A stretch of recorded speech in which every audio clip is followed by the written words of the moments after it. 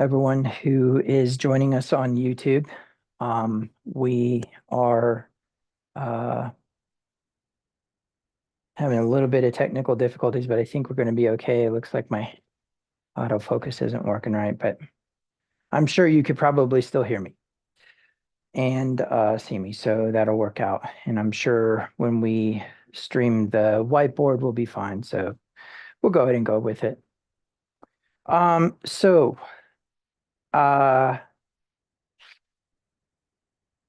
we have talked in the past about seasons, and I want to kind of illustrate something for you that would be a little bit in the realm of a different type of way of thinking.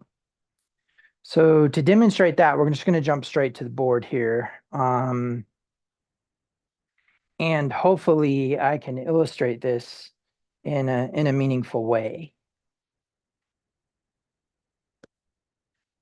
Okay, so let's start at the beginning. If I have a point A and I have a point B, the shortest distance between those 2 points is what? A straight line. Okay, let's go ahead and change that color to, let's go red. A straight line. Okay, now everybody would agree with me that if we were moving in this direction and we wanted to return to point B, we would have to go backwards on that same line. I'm sorry, if we wanted to go back to point A, we'd have to go backwards on that same line. In other words, there would be a linear motion back and forth. Okay? But there would be no change in vertical movement. Okay? So when we talk about seasons, one of the things that we need to realize is that a season happens in its time for its purpose. Okay? You can write that down. A season happens in its time for its purpose. So now when we are talking about returning from point A to point B, we have to take something into consideration, and that is that there is actually the possibility of another point. Now, when I say we need to take that into consideration, is because how many people can actually travel in a straight line? And yet we have the mentality that we do. So first thing that we need to do is we need to disassociate ourselves from this linear distortion, because there usually is more than one point, right? There's a point A, point B, right? So if there's a point C, okay, say here, then all of a sudden we have a very different line, don't we? Right? Now, we could still say that these are straight lines. The line from point A to point B now becomes that, and this becomes point C. The reason why this is important is because it still has a linear thought process to it. In fact, no matter how many points we put on the graph, okay? So let's say that we have a point here, we have a point here, we have a point here. The best that we can do is figure out what is the straightest line based upon that information. But that is still not accurate. And what I mean by that is that we got to kind of get rid of point C and point B and point A, and we need to figure out what is the straightest line. The straightest line in this little graph that I made has to be based upon the most points you could possibly get into the line, okay?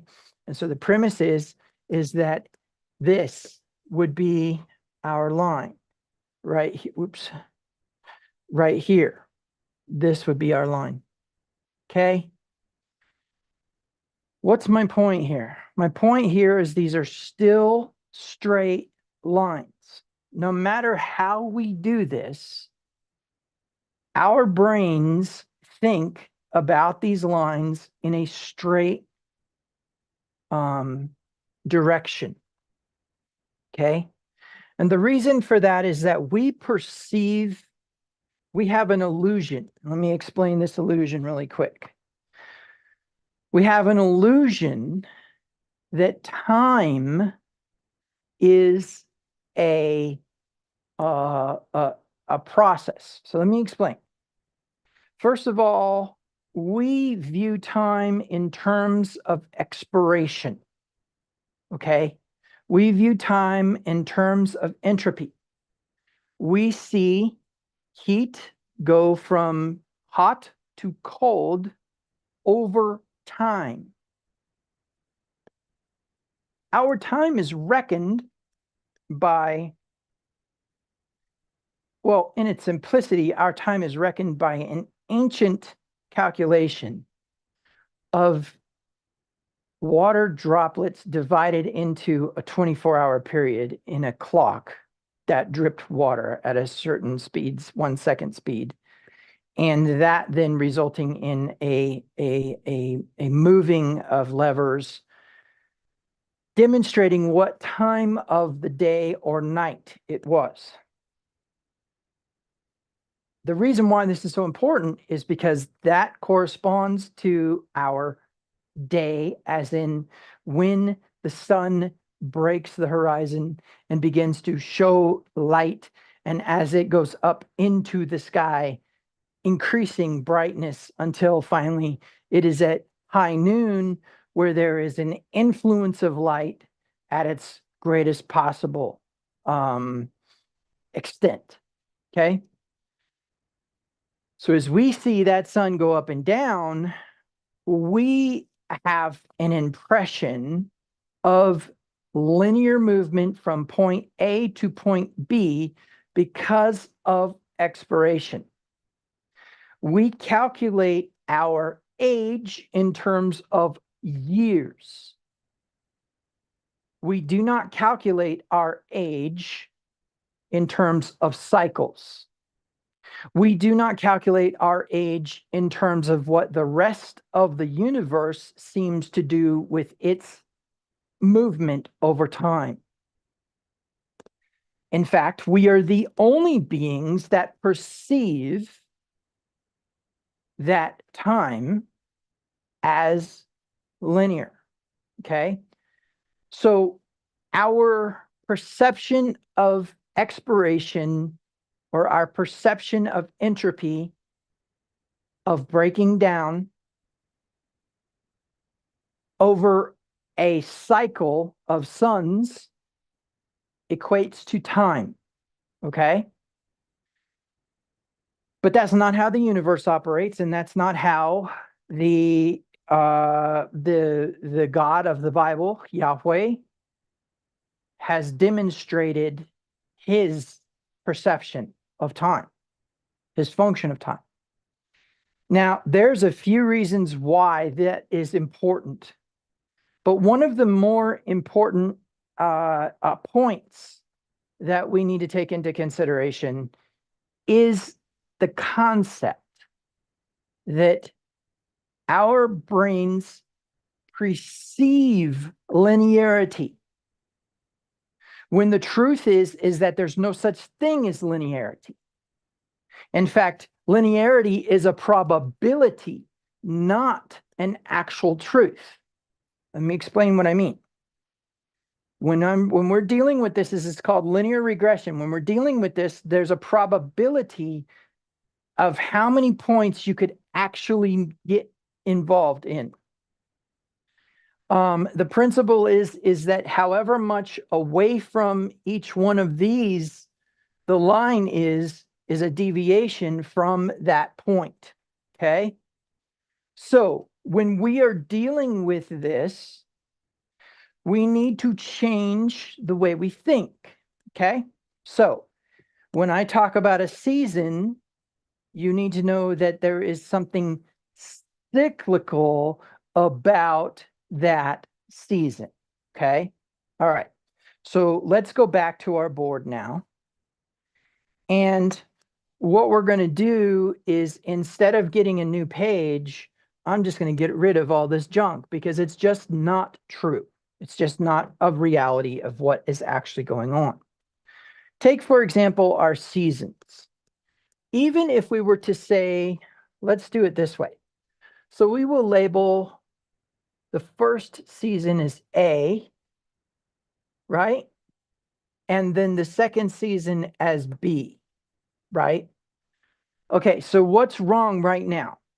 In order to get to C, there has to be an angle of some sort. Seasons do not go A, B, C, D. Why?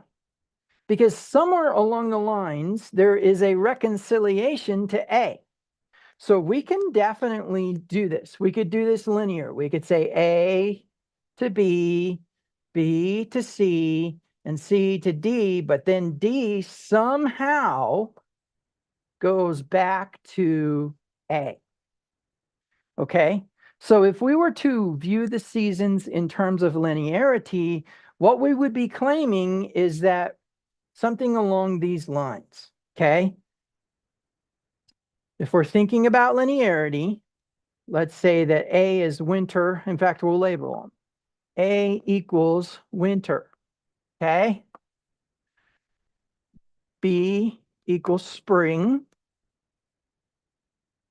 Okay, C equals summer. And D equals fall. There is no fifth season, right? There's only 4 seasons, and those 4 seasons are kind of an illusion anyways, but those 4 seasons are cyclical. Why? Because fall has to reconcile to winter, okay?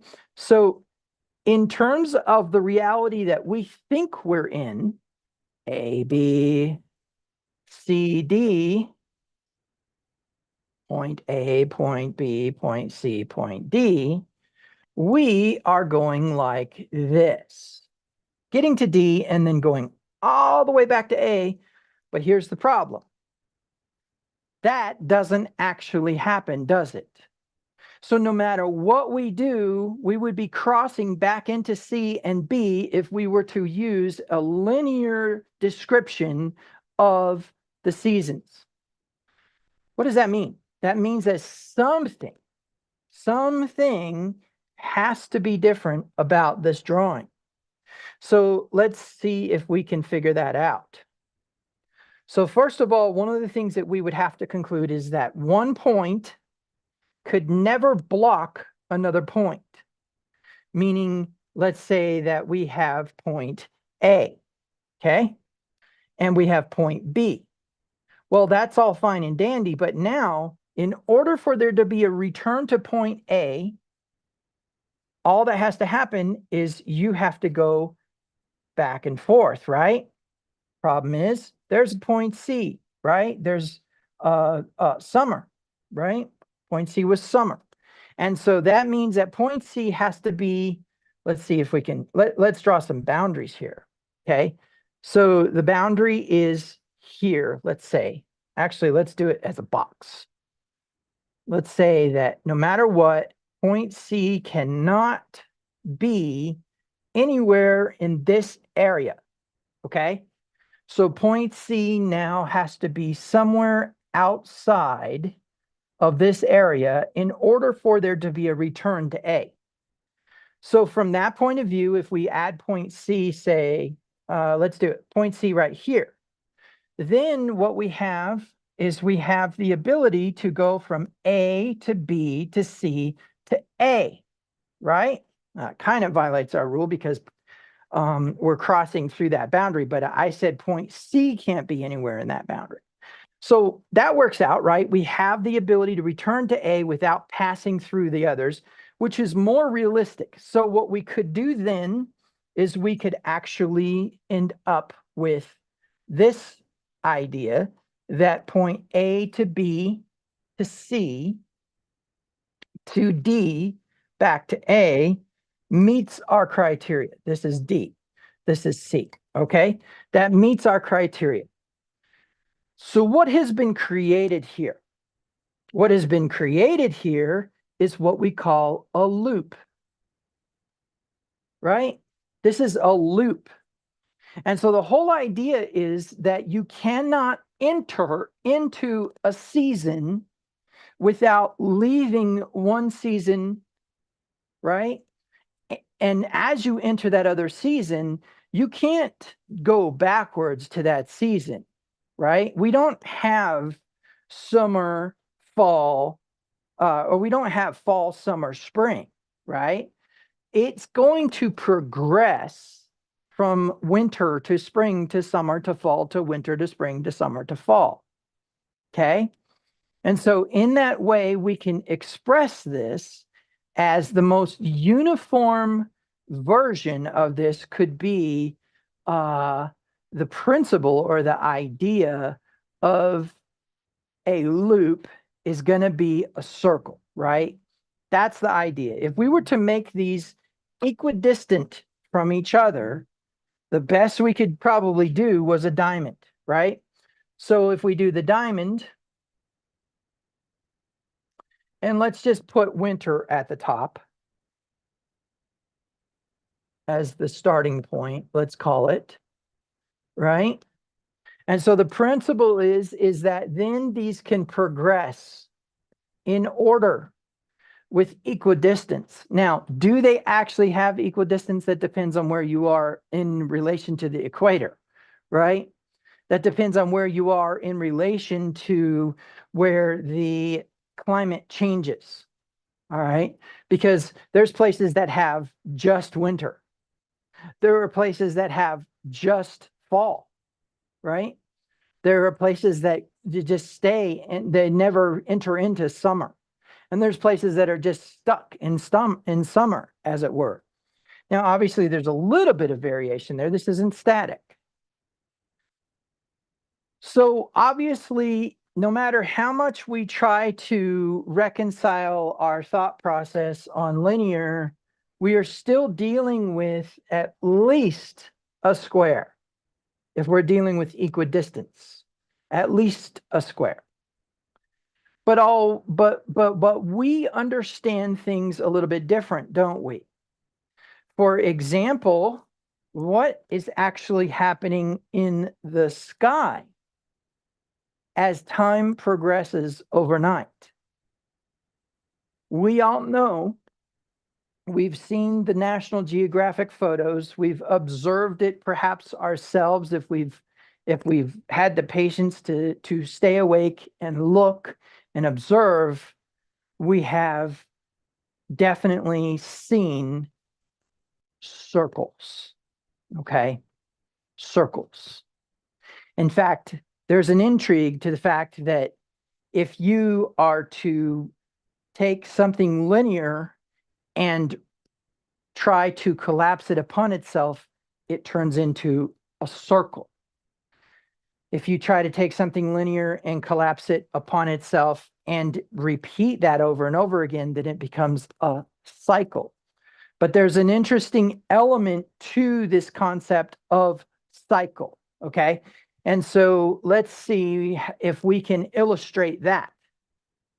This is so important, so important. Okay, so now what we need to do is we need to remember that no matter what, when we are seeing this winter, spring, fall, winter, spring, summer, fall progression, there is definitely a linear accumulation of time.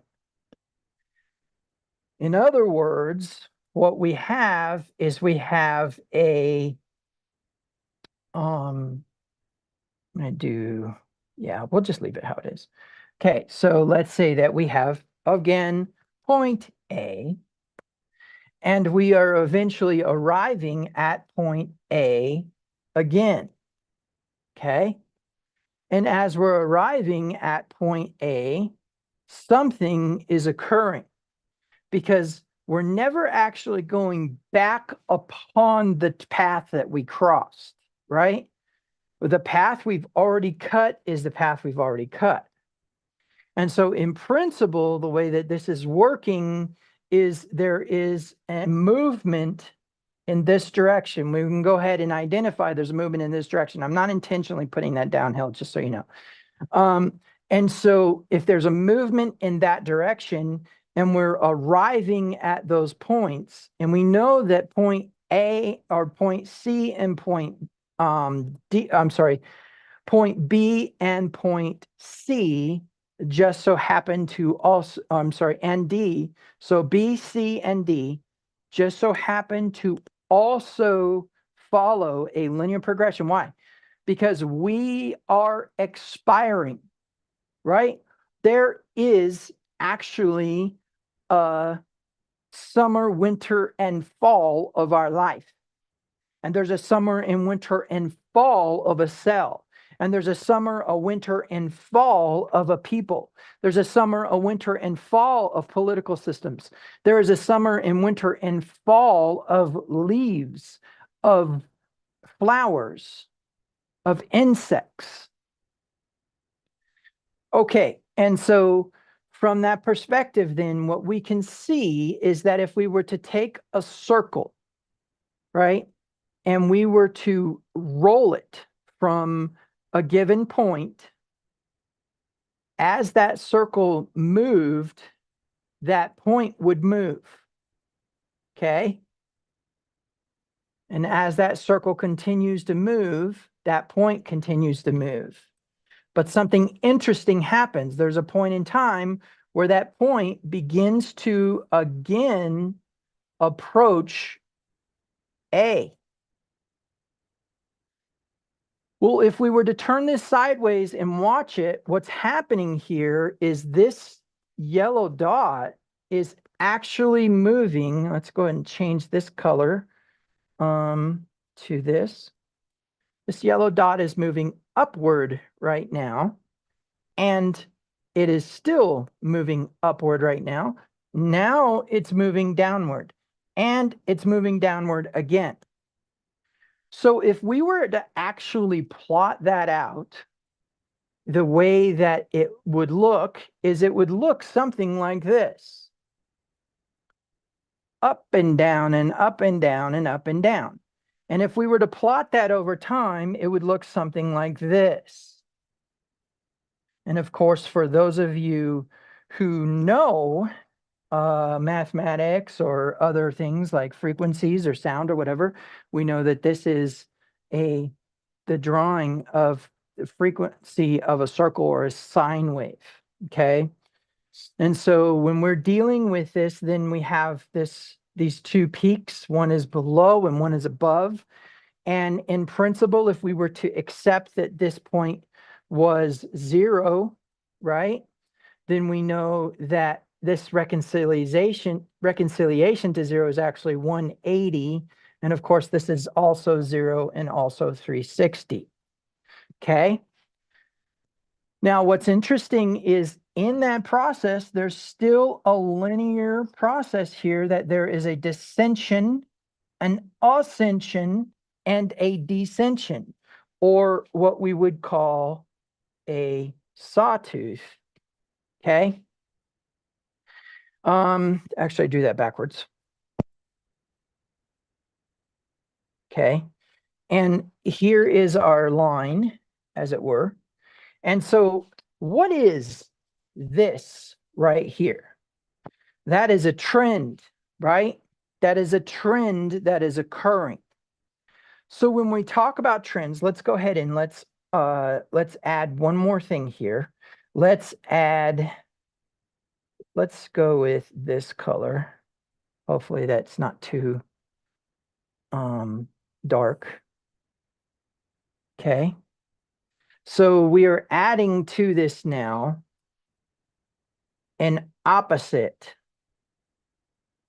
What is this opposite? Well, the principle is that there are two processes going on here, or two cycles. Okay. So let's talk a minute about these cycles. So we have cycle number 1. Okay. And we have cycle number 2. Now, in cycle number 1, we have winter. Okay. In cycle number 2, we have winter. Why? Because Yahweh promised to Noah, let's talk about this for a minute. Intensification of all power in the universe into a perceivable entity that we can relate to Yahweh is the first principle of perceivable limitation upon the intensification of all power in the universe. In other words, once we begin to assign attributes, once we begin to observe extents to which he will go, once we begin to observe extents to which creation can go, then all of a sudden we are experiencing limitation upon the intensification of all power in the universe, where nothing can possibly exist outside of a will for something to exist, right? So the intensification of all power in the universe stuffed into a limitation that we call God, right? I'll use the G word for a moment. That entity promised the prophet Noah that seed time and harvest, which is what? Spring and fall, would what? Would exist with cold and heat, winter and summer. And there would be a linearity promise to it that they would never cease. They would progress always. So in that sense, no matter what cycle we're in, there's going to be a summer, a spring. There's going to be a winter, a spring, a summer, and a fall. Now, I keep it in the winter, spring, summer, fall for a reason, okay? Now, when we are dealing with these concepts, and it looks like this is probably a little bit dark, so let me go ahead and switch these pins. We'll say that this one is actually going to be that, and we'll say that this one is going to be that. Okay. So let me clean this up a little bit, because I was just looking and I can tell you guys probably can't see this. So let's go ahead and we'll go here and we will say winter. Winter. Okay. Now, it is very important for you to understand that no matter what cycle you're in, we have this going on, because it was promised that we would have it, right? Okay, so that point is winter. And you notice I'm not writing the other seasons on here yet, okay? So now let's talk about this. What is this? Well, obviously, you guys remember this is the cycle of Israel, right? And we'll go ahead and label this up here. Cycle of Israel. That's funny. I don't even know how to spell Israel today. Israel, right? Okay. Israel is not a people, okay, in this situation. Israel is a concept. What do I mean by that? Something different than the rest of everyone else. So Israel is just a placeholder to indicate that the intensification of all power in the universe has made an agreement between a human and a deity, and the human and that deity are now in what we would call covenant, and that covenant that he has made with them is based upon the principles of marriage, which has nothing to do with witnesses, has nothing to do with expectations of people, has nothing to do with a belief whether something is moral or immoral, but instead that there was a consummation, okay? Now, when we're dealing with these cycles, we need to take into consideration the linear process of the feast day seasons, okay? And so in that concept or that idea, we have to go back to this screen and talk about this. So the way that I'm going to do this is I'm just going to draw over the top, which I know you guys can't stand when I do this, but I'm going to do it. So when I'm drawing over the top, here is one point, here is another point, and here is another point. And those points, and that's actually not all that accurate. Let's see if we can restructure that a little bit. And we're going to say, here is one point, here is another point, and here is another point. Okay. And then we'll talk about this point in a minute. But the premise is that there is 3 mandatory feasts coming out of the covenant of Israel. And those 3 mandatories, let's see, let's use this color. Those 3 mandatories are the Shidduchim,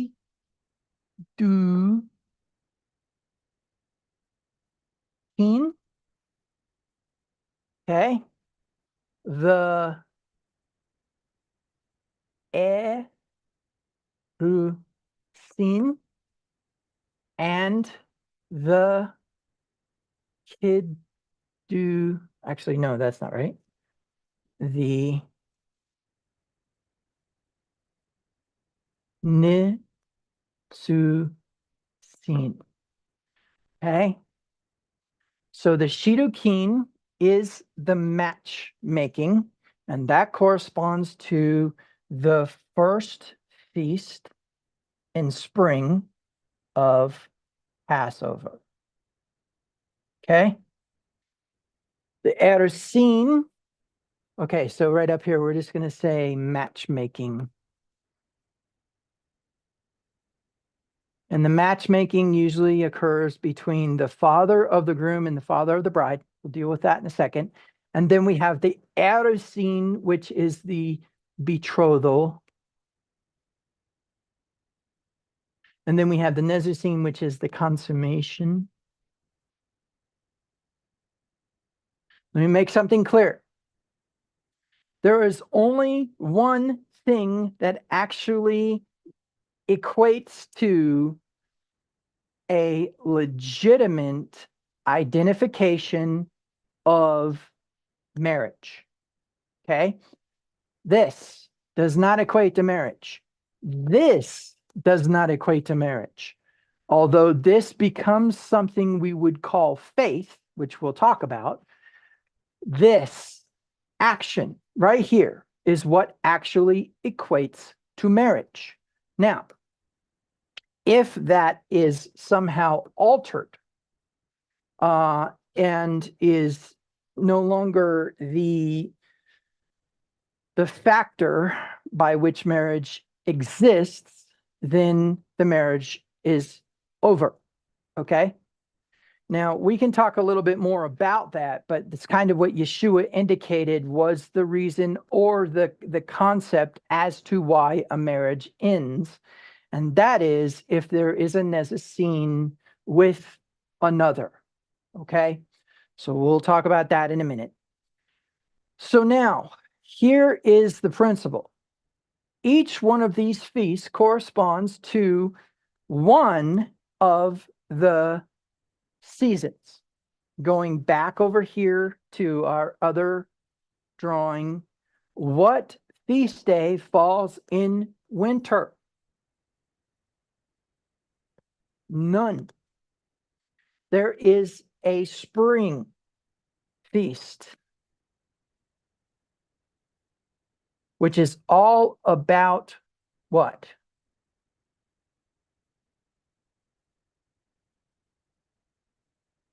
Oh, cannot spell today to save my life. Resurrection. I know you can't even read that. I don't even know why I'm trying to put that right like that.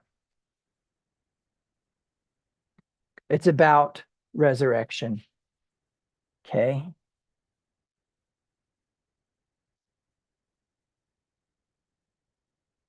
Resurrect. That's the action of Passover. You say, well, wait a minute. I thought that it was about Yeshua's death on the cross. No, His death on the cross was absolutely meaningless if he didn't raise from the dead. Resurrection. Then we have what? Summer. Summer is what? Summer is Pentecost.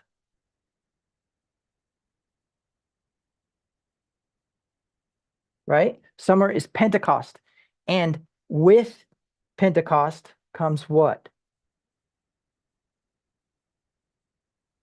Man, I cannot write today. Let's see if I can get that a little cleaner. There we go. Maturation. Now, people say, well, wait a minute now. Okay. Why is Pentecost maturation? Because the choosing of the bride, okay, is based upon the life within her, right? But also, as the bride waits for the groom, which we'll talk about in a minute, she has to grow in a way that she has never grown before. Then, of course, we get to fall, and all of a sudden we have consummation. Consummation.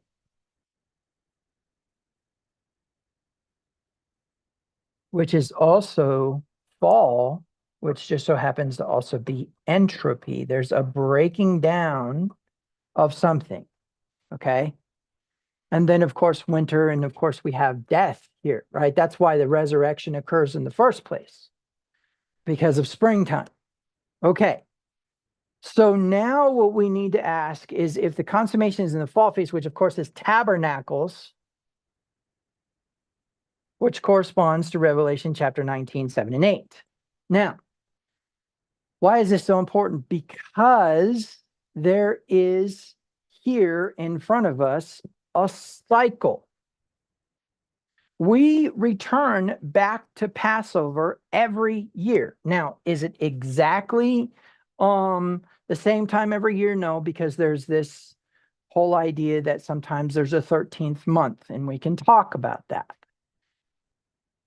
So when we're dealing with this idea of of winter, spring, summer, fall, it doesn't matter what cycle you're in. That progression of time occurs. And when we're in the feast day season, we know we are also in the season of judgment. Now let's talk a minute about that. Recall that the season of judgment is about balance. Remember the principle of what needs to be added to the scales or what needs to be removed from the scales to cause them to balance out. That also needs to equate to an equal distribution of justice throughout the universe.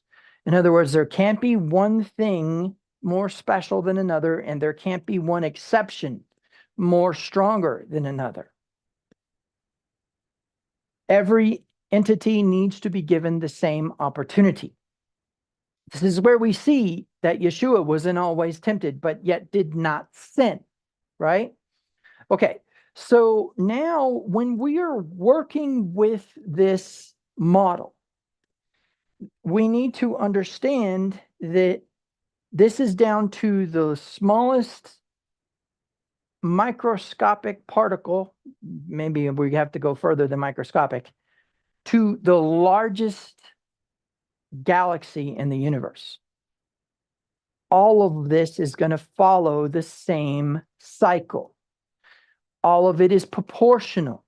The same distance between an electron and a nucleus of an atom is the same distance between stars and the same distance between planets. Okay? Now, when we are dealing with Israel, what do we have in front of us? We have judges, right? We have judges. And those judges have some sort of established authority as a result of some sort of divine enhancement or supernatural enhancement upon their normal existence. What do I mean by that? I mean that for whatever reason, the people somehow know that they're a judge. It is usually accompanied with an authoritative sign. Maybe they say something to a person who is like, there's no way you could have known, right? That's the principle here. Or perhaps a healing, like there's no way that could have been cured or whatever. Either way, as a judge arises, their responsibility is to what? To unite Israel to deliver itself from their possession. I want you to remember that when I'm talking about possession, I am talking about the demonic, but not how you would think. Because the whole idea here is that a pagan nation or a nation that is outside of covenant of Yahweh will not be going after Yahweh, but after another God. Even if they don't believe in gods, they will be going after some form of authority other than Yahweh. Okay? There's some sort of authority, even if it's natural selection and survival of the fittest, that's still an authority other than Yahweh. Okay? And so the premise is that as we move through this operation, we need to think about what Yeshua said about spirit. He says, there will come a time when people will worship in spirit and in truth, for God is spirit. Well, we all know he's not a ghost because that's what spirit actually means, right? We all know that it's not air, right? That's pneuma in the Greek, okay? There are other names for what he actually is that aren't used in the majority Greek New Testament or the Textus Recepticus or any other set of Greek manuscripts, okay? So what we need to understand is that there is an idiomatic process to this. And the idiomatic process to this has to do with life. So when we're dealing with God is spirit, we know that at the core of this thing is energy, the intensification of all energy in the universe. Why? Because we already know energy cannot be created nor destroyed, but it is sourced. We know it is sourced. We know it comes from somewhere and converts into other things. And somehow those other things end up having different versions of that same energy, but it's still that same energy. Some people might call that the ether. And if we start to get into the thought process of an ethereal presence of a life force that has intelligence, that's more plausible than Sky Daddy for a lot of people, right? It's more plausible than some human sitting on top of a throne with a long old beard and a bad attitude. In fact, it's more plausible than the erroneous and heretical thought process that Augustine had for what we now teach on a regular basis to our people about God, that there was some sort of burdensome, wrathful existence of the intensification of all power in the universe in the Old Testament, and somehow that changed from the New Testament. But in the end, it'll go back to that anyways. And here's the irony is that somehow in between all that, it's okay for Christ to get mad and have wrath, but it's not okay for Yahweh to get mad and have wrath. You may think that I'm rabbit trailing here, but I'm not, because the key is to understand this ethereal presence as a life force energy. The reason why this is so important is because when we are working with these cycles, we can better understand that these cycles are based upon some truth about the intensification of all power in the universe. How do we know? Because Paul says, right? Same guy, Paul, who somehow ends up tweaking the doctrine of all Christianity through his letters to something else than what it was. That guy, that authority that the church accepts, said, if you look at what has been made, you will understand your God.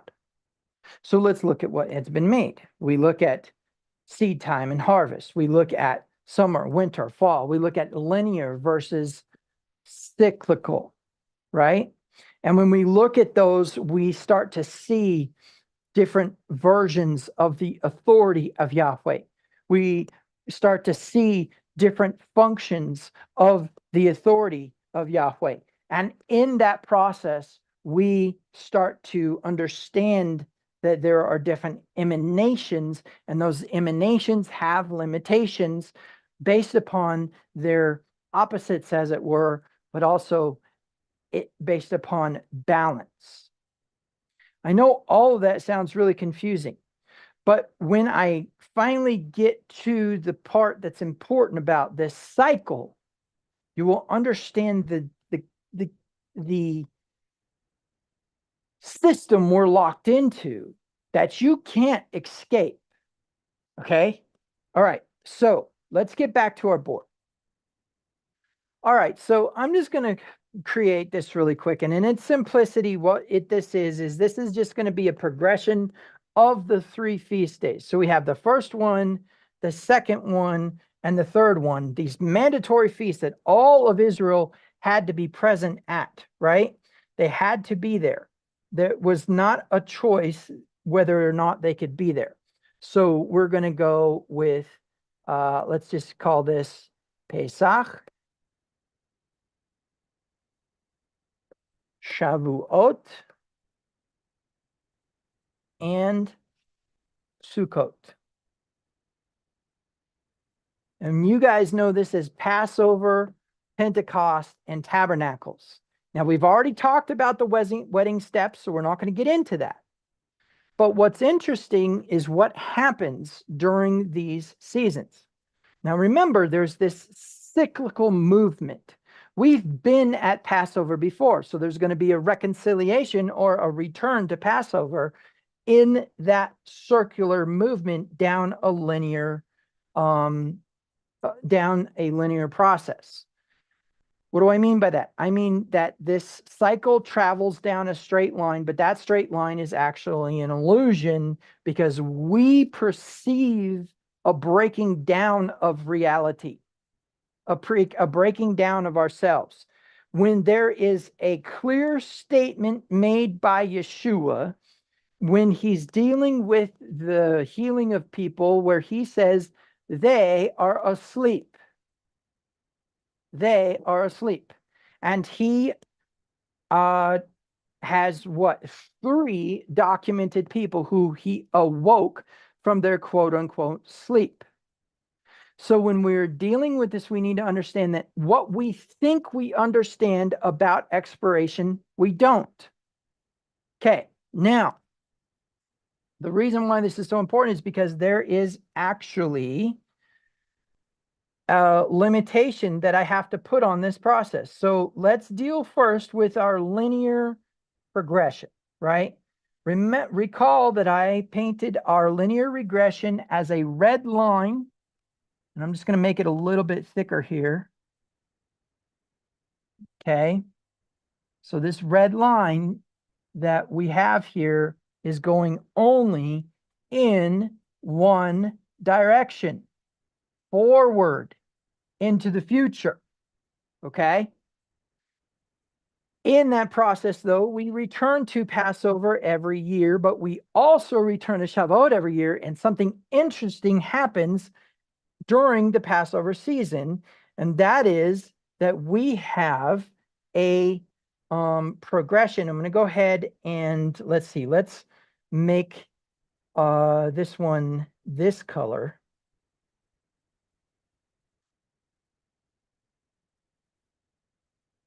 Now, what is this? I'm going to put a little dot up here to represent our color. Okay.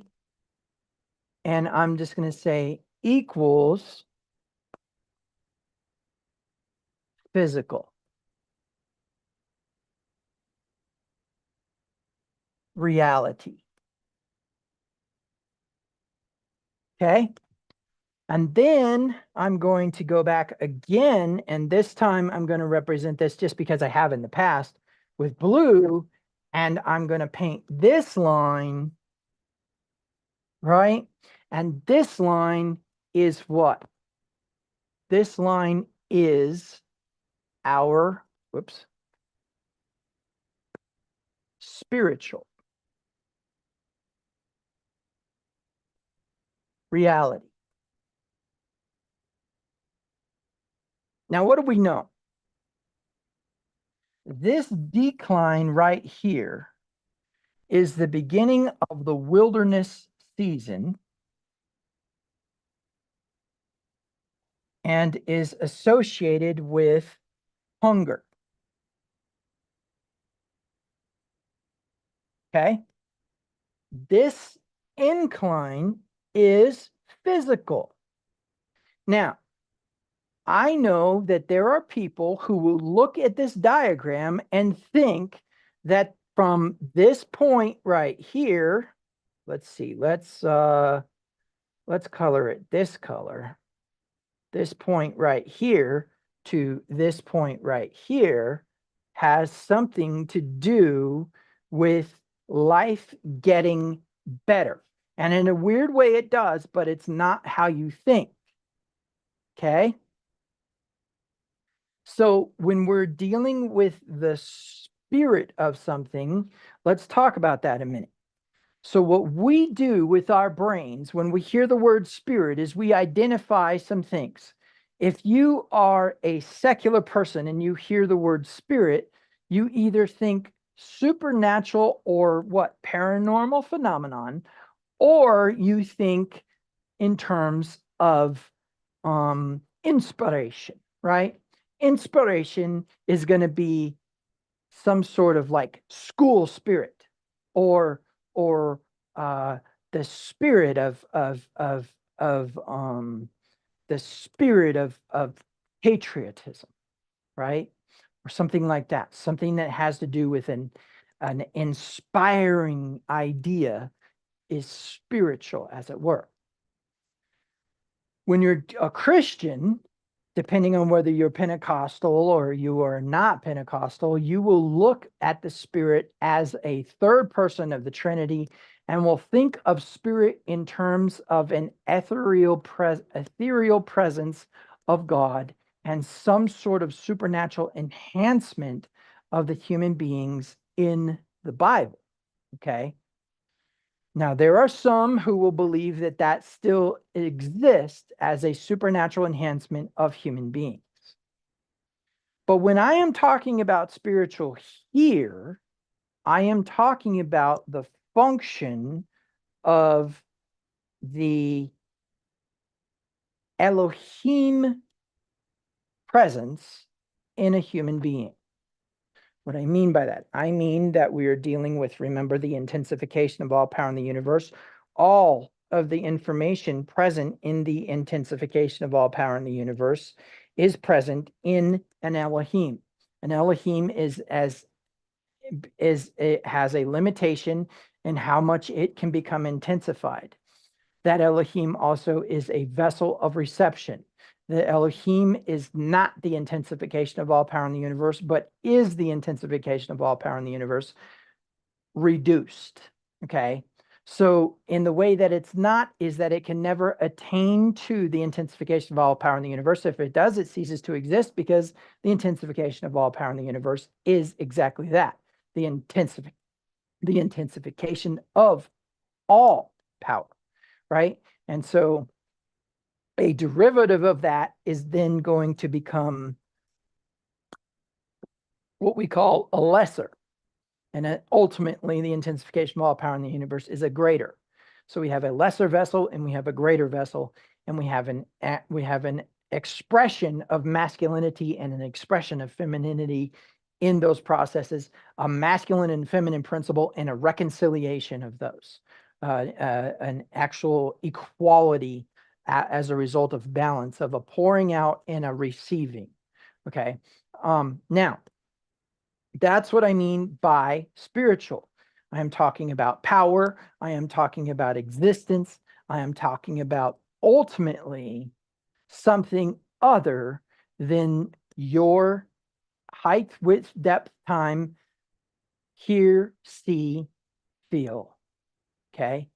Remember, taste and smell do not play an important role in perception when it comes to developing a connection with the supernatural.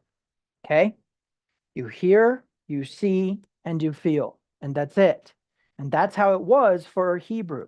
And the ancient pictographic Hebrew all indicate that they either saw it, they felt it, or they heard it. Okay. Now, when we start to get into desire, then we get into taste and smell. Okay. And that's another story. So the reason why this is important is when we are looking at this diagram right here, you can't think that the transition between these 2 points, we'll call this point A and this point B, is about prosperity in the sense of there being a complete and utter satiety of all desire. That's not the case. Okay. I don't want you to think that when you start Passover and you start to go from Passover to point A, that all of a sudden you become poor and stricken and sick and all these other things. No, there is a hunger present that is satisfied, but that hunger is just a variable. There's a hunger present that is satisfied here. And I'm just going to say this is non-hunger. Okay? I'm not going to say this is necessarily satiety. So when we're dealing with hunger during the wilderness season, there's a certain response that we are supposed to have to it. Remember, Yeshua said, take no thought for what you will eat, what you will drink, what you will wear. Now, there are some people that say, okay, what I have experienced is a whole bunch of prosperity during the wilderness season and lack and decrease during the golden calf season. Like it's reversed. And I'm going to explain to you what that concept actually is. Now, when you step into the wilderness season, instantaneously, what you will see is a worldwide deficit of economic structure. What do I mean by that? For some reason, going from Passover over into Pentecost, there is a reduction in economic status within the entire world. And as we move from Shavuot or Pentecost towards the fall feasts, for some reason, all of a sudden, the economy starts to bounce back. Now, this is not static. And I'm not going to sit here and say, oh, yeah, our best economic season is from summer into fall. I'm not saying that. What I'm saying is there appears to be a supernatural adherence to the processes. This is going to be so important in a minute, and I will show you why. So as we're looking at this, the way I want you to think about this is that the physical takes prominence over the spiritual. In other words, there's almost an authoritative element here. Okay? And so when we're going from point A to point B linearly, I'm going to draw this out linearly, and I'm going to label this as an increase in authority.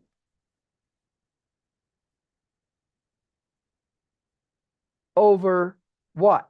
Over the physical realm, and a decrease in authority over the supernatural realm.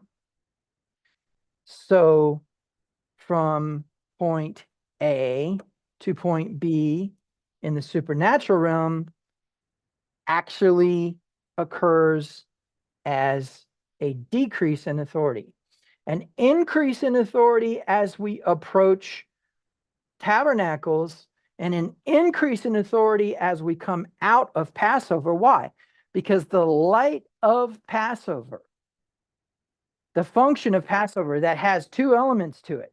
Number one, and this is what Yahweh said, can a nation become a nation overnight, but yet you have become a nation? A people who was not a people, right? And then Paul reiterates that through the function of Yeshua, which was also a Passover process. So what we start with is the establishing of the nation of Israel, and then we have what? An expansion to the entire world of opportunity that Israel was given in Egypt through Yeshua's death, burial, resurrection, and ascension. Okay? Now,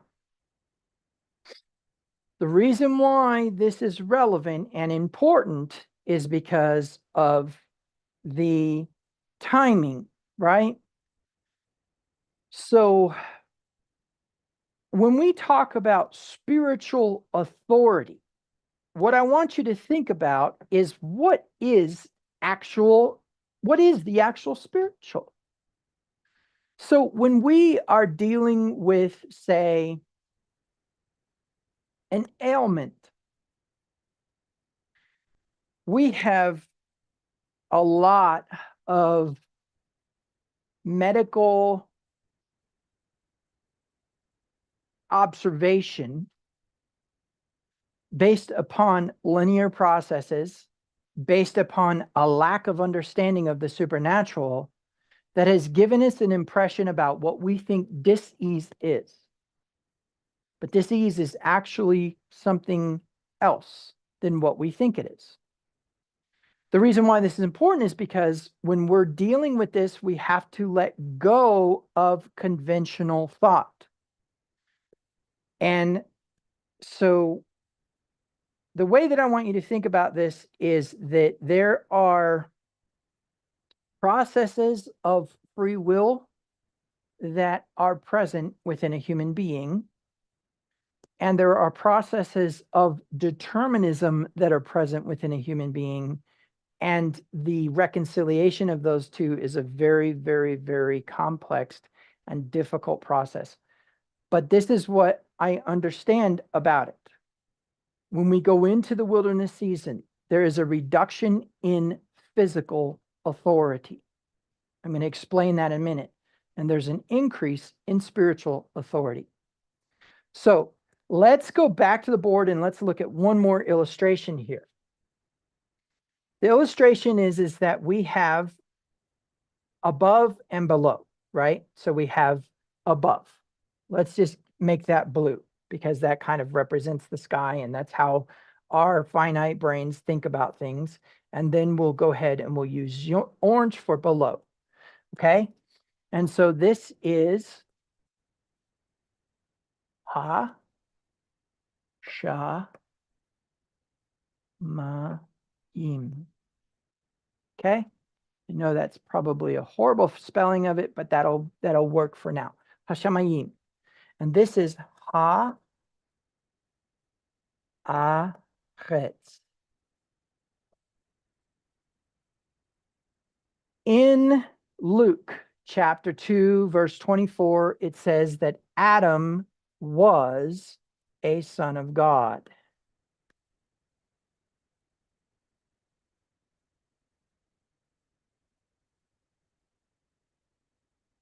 We know that the sons of God govern Hashamayim. Okay? Then we have Adam as what? Son of Adam. You say, wait a minute, how is that possible? Well, you can't think of Adam in terms of the physical. There is a kingdom of heaven and there is a kingdom of earth. Okay? Rulership thereof is based upon an authoritative process. However,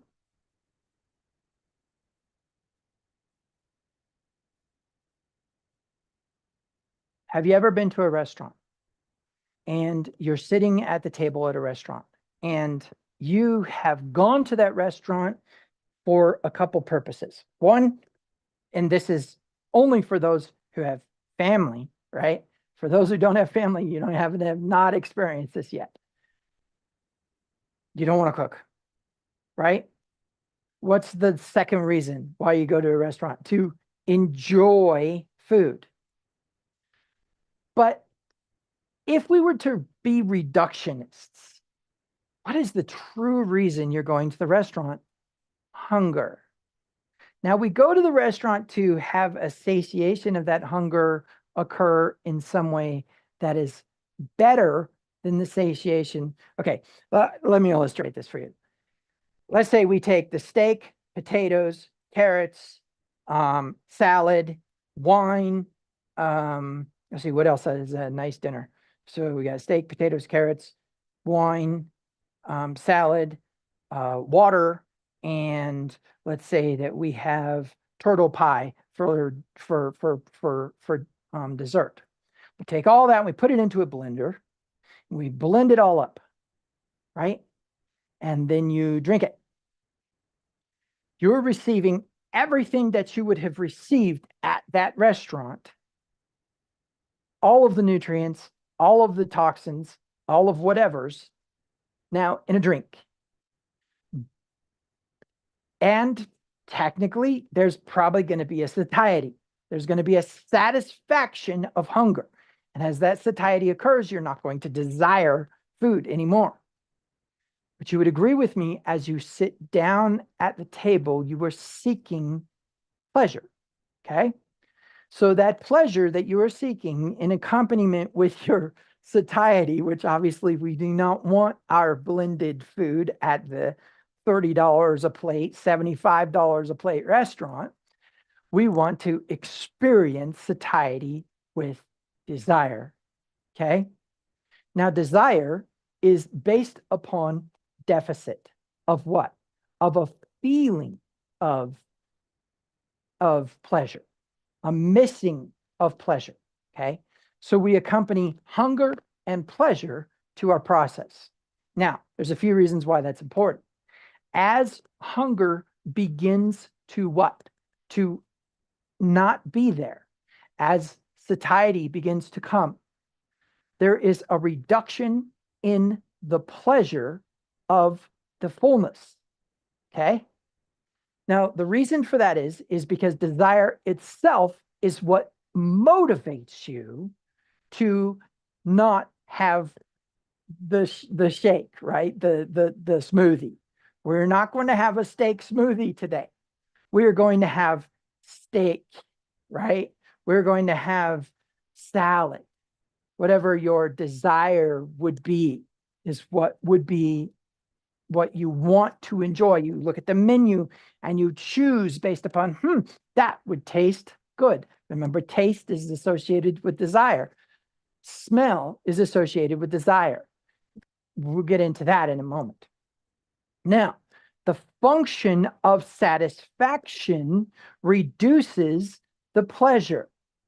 When you get to that point, you're eating, right? And you get to that point where you're like, you kind of sit back a little bit and you're looking at your food and you're kind of picking at it a little bit, but it's not that shung, shung, shung, shung, and you're not going, oh man, that's so good, right? It's not that you have somehow become ungrateful, okay? It's that you no longer feel the need for the pleasure, and you are slowly no longer feeling hungry. That is increasing the physical satisfaction of the original hunger. It's gradual and subtle. Okay. How many have ever, this is something no matter who I talk to, they experience this. And so welcome to being human and don't feel bad about this. How many people, when they're going to start a fast, eat a big meal to start out with, and then all of a sudden they go through their fast and they're fine, right? And maybe they get to like day 2 or day 3 and they're like, I'm hungry, right? But maybe they go, maybe I'll say 7 days.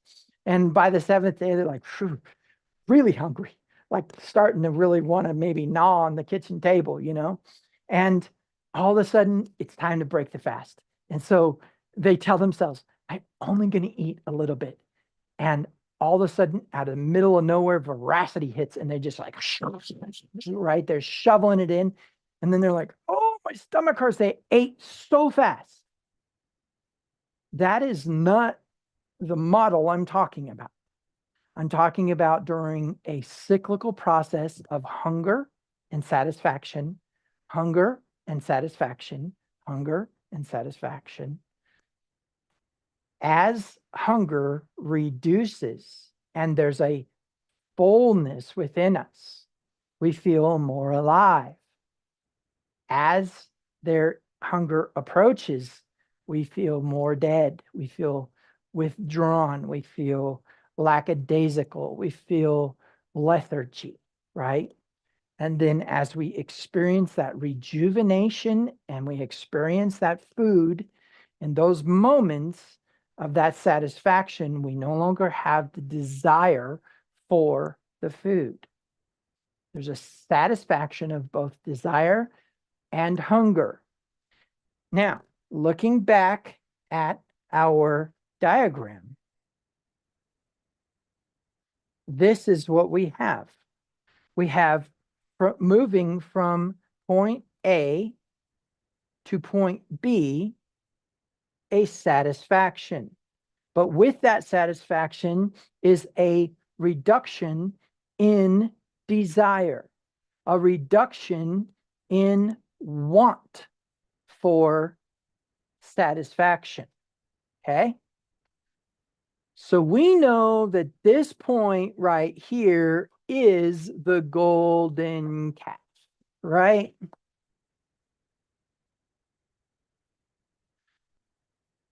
Let's talk about the incident of the golden calf for a minute.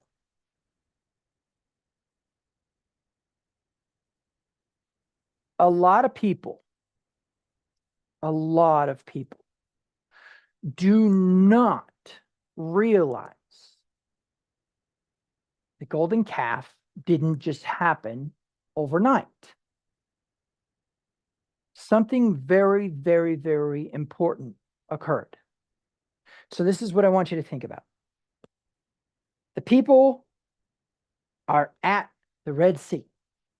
Exodus chapter 15, right? The Song of the Sea, structured in the scroll in such a way that it's left aligned, right aligned, and center aligned down. It's beautiful. It looks really cool, poetic. If you can read Hebrew, it's kind of neat how it flows, right? In verse 16, or in chapter 16, they move away from that celebration into the wilderness, and they're hungry. And they're hungry, and they say, God brought us out into the wilderness to die. There were no graves in Egypt, and so he brought us out here to die.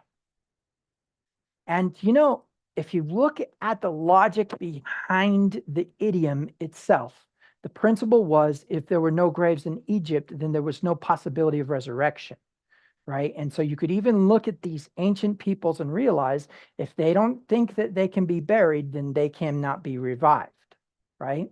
They didn't believe in cremation. So there's 2 reasons why this is important. The first one is because they're always going to try to bury the bones. And so when they say there's no graves in Egypt, what they're really saying is that God wants to bring us into the resurrection. So he brought us out in the wilderness to die so that we could bury our dead. That's the principle of what they were saying there. That's the idiomatic concept. But either way, it was accusatory, right? Because that's not what he did. And they know that's not what he did. He said, the reason why I'm taking you out into the wilderness is so that I can take you to the promised land. And via the way of the Midianites, not the way of the Philistines, lest you learn war and be afraid and turn back to Egypt. He not predicted, he explained why he did not want them to go that way. Now, I don't know if he told that to the people or not, but the text explains why. And yet later on in Judges, it says he left these nations there so that the next generation could learn war. Okay, so now this is the part that's relevant, is when we are dealing with the process of the people coming out of Egypt through the Red Sea, now are brought into the wilderness. And during this wilderness season, he allows them to be hungry. Now, what do we know? Hindsight's 2020. We know the manna was coming. Was the manna coming regardless of their complaint? That's a really good midrash. Was the water coming regardless of their complaint? That's a good midrash. What we do know, though, is that they were hungry, they were thirsty, and they were attacked by Amalek before they arrived at Mount Sinai. But by the time they arrive at Mount Sinai, they have manna, water, and a knowledge of war because of Joshua prevailing over Amalek as Moses held up his hands. Okay? That's the wilderness season. There's an ebb and flow. There's a movement towards Pentecost. Pentecost is what? Those 50 days between when they left the Red Sea until the moment they arrived at Mount Sinai to receive the covenant or gospel that is in Exodus chapter 19, verses 5 and 6. So when I say gospel, is because that's the promise that they would be a holy nation, they would be a royal priesthood, and they would be a peculiar people, which we can cross-reference in Peter. So now, here's the part that's important. Once they arrive at Pentecost, they arrive at the place of the giving of Torah. They, what? They receive the instruction of Torah. I am the Lord God who brought you out of the land of Egypt. You shall have no other gods before me. You shall not make anything graven as above or below or under, that you would bow down to them. For I, the Lord, am a jealous God. I visit the sins upon the people to the third and fourth generation of those who hate me, and unto thousands of generations of those who love me. Right? And he visits the sin upon the sins of the fathers upon the children, the third and fourth generation, all based upon idolatry, right? So now these people, after all of this time, they have experienced the supernatural witness, the spiritual witness of what? Deliverance from Amalek based upon Moses's power, right? Moses' hands go down, Moses' hands go up. They saw him stretch his hand out over the Red Sea. Did that wind occur as a result of Moses' hand, or did that wind occur because of God's will? Well, what did he tell Moses to do? He said, stretch your hand out over the sea. The sea and the wind and everything obeyed Moses. It says that Yahweh caused a strong wind to blow. It is still the intensification of all power in the universe. It is still Yahweh, the perceivable and most authoritative of Elohim. Okay? And don't think for a second there is an equal Elohim next to Yahweh. It progresses down. It doesn't progress linear out. And it progresses up into the intensification of all power in the universe, which our brains cannot fathom. So let's just settle for what? The limitations of a God. Okay? Now, in that function, it is very important to understand that had Moses not stretched his hand out over the sea, there would not have been obedience of the waves and of the wind, and that would not have been a causal relationship of power. Okay? We won't get too much into that. But the premise is the people witness this. And then they see his hands rise up again. And in that process, they witness again the prevailing of Joshua over Amalek. And what? His hands go down, and the prevailing of Amalek over Joshua, clearly controlled by Moses's will. Okay? Now, in that process, there is still the concept that there was an understanding that power did not come from Moses as a man. Okay? And what I mean by that is that the function of the intensification of all power in the universe within the human being is still the intensification of all power in the universe. However, that human being is uniquely that thing. And so as a result of that, we have a unique version of the intensification of all power in the universe walking around, waving his hands around. The people witnessed that. They witnessed snow, as it were, fall from the sky, something you could collect. And as you collect it, then you could cook it, you could eat it. But by the time the sun was at noon, it was melted. Supernatural, right? And so in terms of supernatural, the function that you got to get your mind wrapped around is not physical. Remember, they're hungry. But the answer came from a miracle, something unexplainable, and to our knowledge, has never happened again. But these people witnessed it. They witnessed, I am the Lord God who brought you out of the land of Egypt. They know the 10 plagues.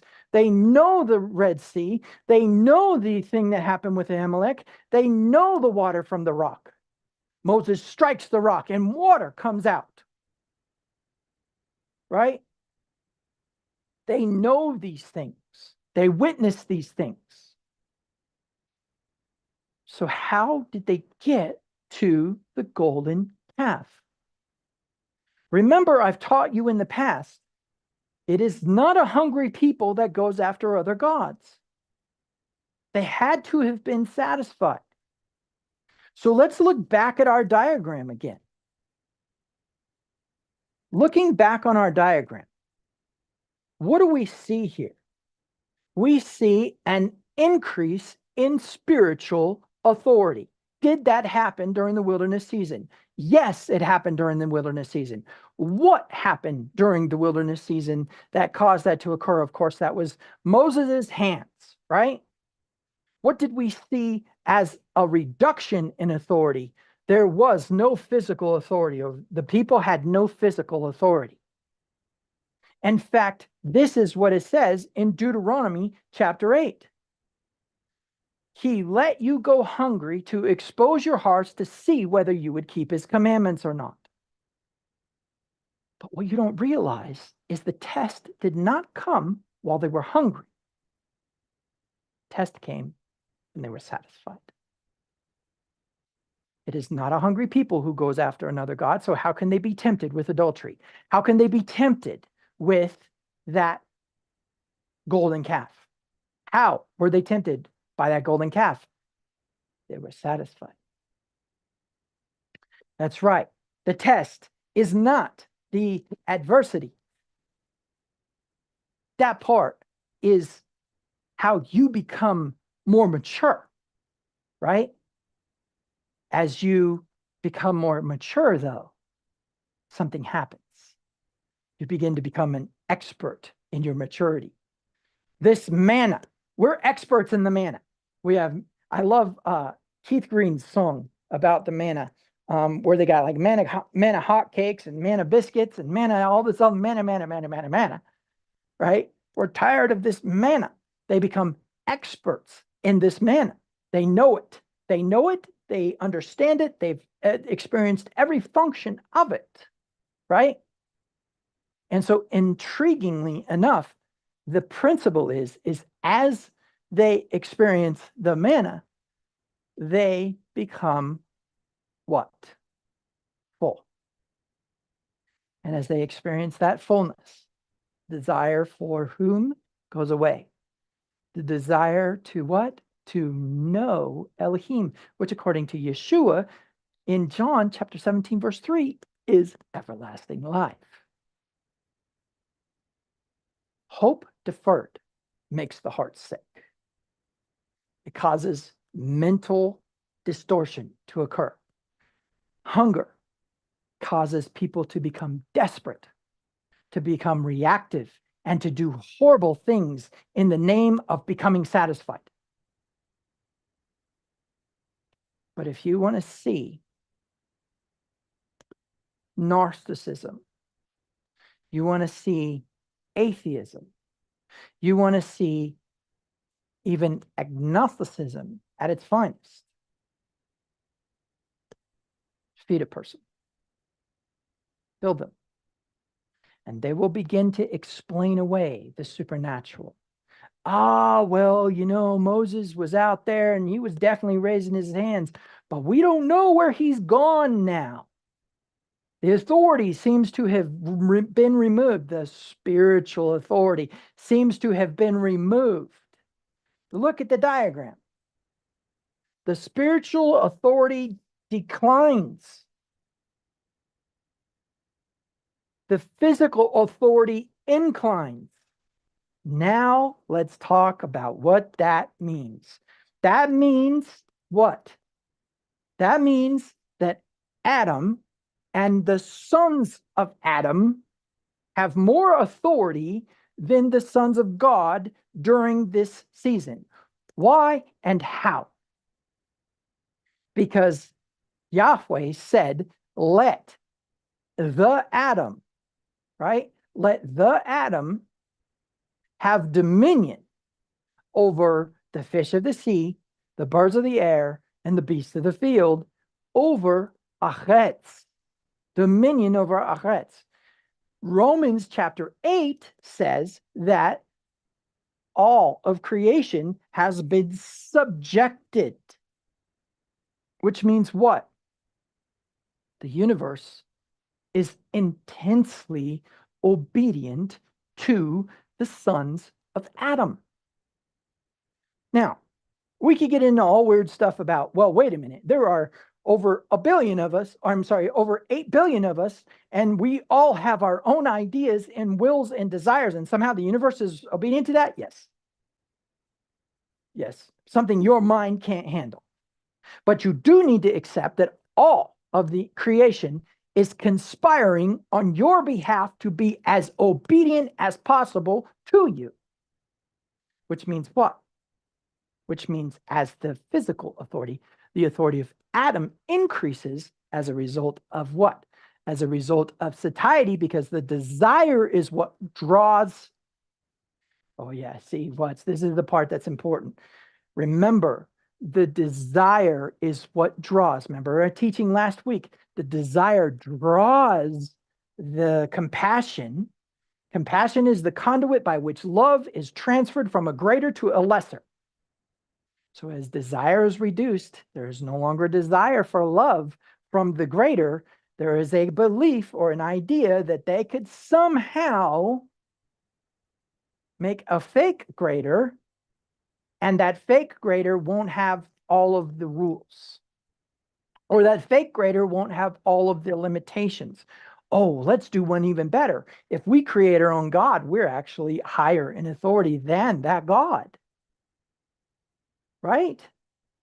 And so the principle is as these people become satisfied, they say, well, we don't know where this Moses is. Therefore, let us create a God to lead us. Right? Okay. Now, you see that there is in this diagram a reduction in spiritual authority. Recall from this that their spiritual authority governs Hashamayim, which is what? It is the realm of Elohim. right? This is the realm of man. Now, we're both. We are man and Elohim. We know that most of us are somewhere in between these two on a regular basis. But the difference between Hashamayim and Haaretz is Haaretz has been subject to Adam.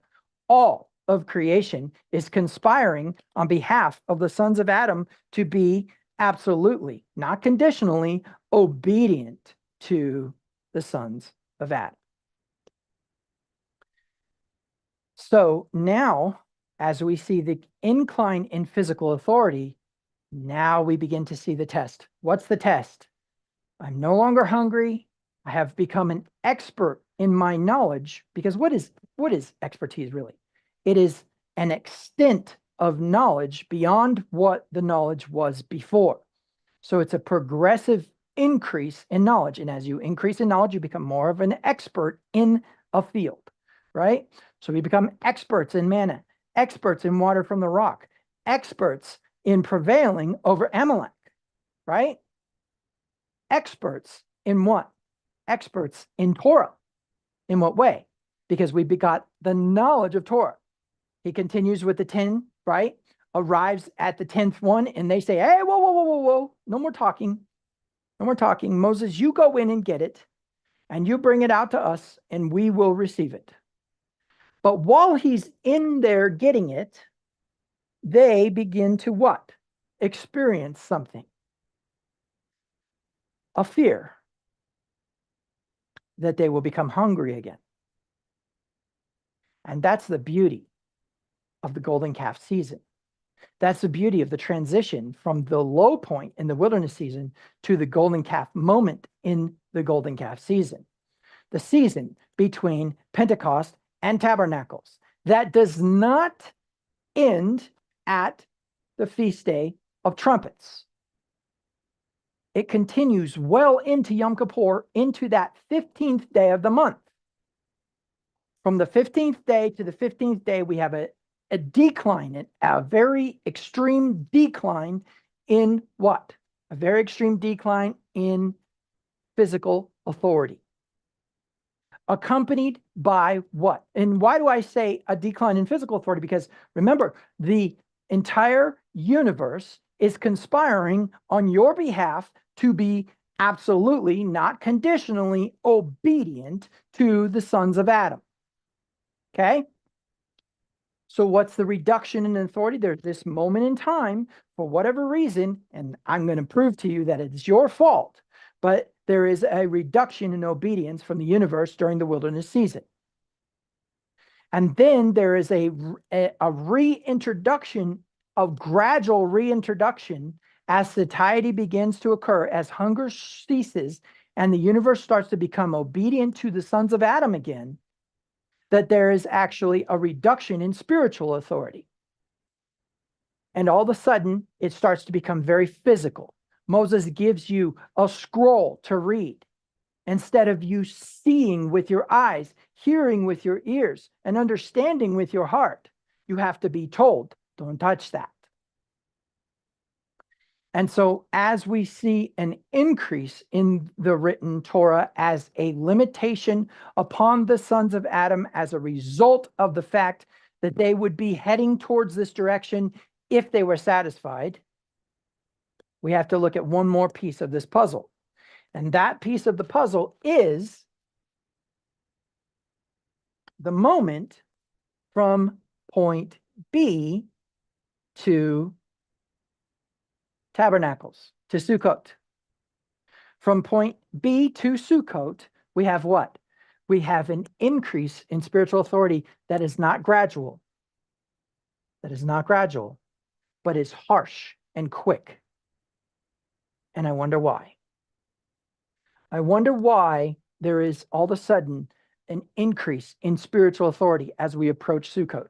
And I wonder why there is again a reduction in physical authority You see, the importance here is going to come in the form of what actually occurs in the supernatural realm versus what occurs in the physical realm. So this is going to become very, very, very important.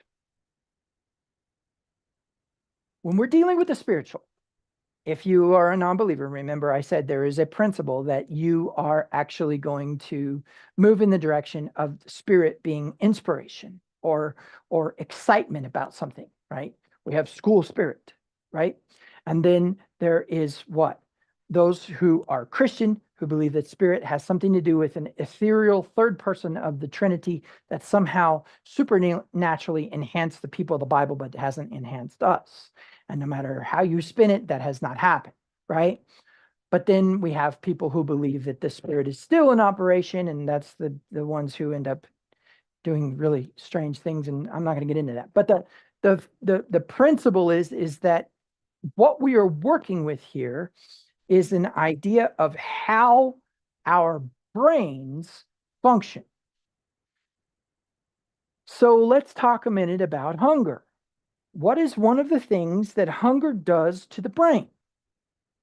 Hunger creates some semblance of mortality to our everyday operation. When we are hungry, we seek to satisfy that hunger. Like I said, we don't want to blend a steak and drink it. We want to cut a steak and chew on it and taste it and texture and have flavor and have intensity to it, right? We don't want to chew we don't want to blend, some people want to, we don't want to blend Caesar salad. We want to taste the texture or feel the texture and taste the flavors, right? Okay. So in that thought process, we create an imagination about that, okay? That is a conscious choice. Now, here's the interesting part of this. As we go through our lives, 95% of our existence is automatic. 95% of our existence is subconscious. 95% of our existence is autonomic and responsive based upon how our brains categorize and store information. The conscious part of us makes decisions based upon logic, upon logical fallacies or biases, upon wounds, upon limiting beliefs, and upon entitlements. The conscious mind operates within that realm. The part that needs healed are those frames of reference that are stored in the subconscious. In other words, memory is context sensitive. It triggers as a result of context being present again. Why is this so important? Well, there's two reasons. The first reason why it's important is because when we are dealing with this, we need to understand that it's not necessarily choices we make per se that affect these supernatural occurrences, but instead how much we end up actually going with the flow. Remember, there's this flow, this conduit, or this prescribed path. That's the word ruach, which is the word spirit. That's the word ruach in the Hebrew. Ruach is a prescribed path, and therefore the wind follows a prescribed path. Rivers follow a prescribed path. But there's also that instance of least resistance. We observe wind because of resistance. We observe wind when we see the leaves fluttering because they are resisting the wind. So the principle is that if we step into that path or into that flow, we're stepping into some sort of cosmic plan, right? But that plan seems to be very custom tailored to our decisions that are supposedly supposed to be free will, as it were. So here's the intrigue. there is an increase in spiritual authority that occurs here, right?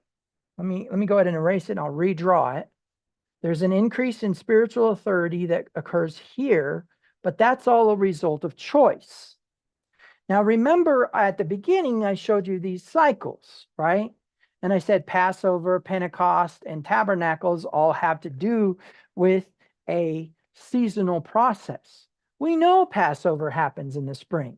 We know summer accompanies Pentecost, and we know that Tabernacles is in the fall. In fact, for those of us who actually go and keep the Feast of Tabernacles by dwelling in temporary dwellings, know how cold it actually becomes, okay? But it's not winter and it's not necessarily death. Now, the principle is that in that death is actually happens to be the time of seed time, and we'll get into that. But what we really need to look at is the cycle of Israel in terms of the judges. Remember, I said that the judges are present as a result of some sort of supernatural enhancement upon them, which means what? There is a principle that this is divided into spaces. And so this green line here, let me go ahead and illustrate this really quick.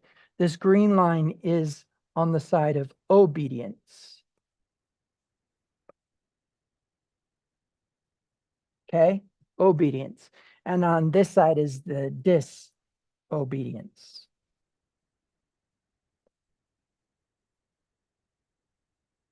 Okay.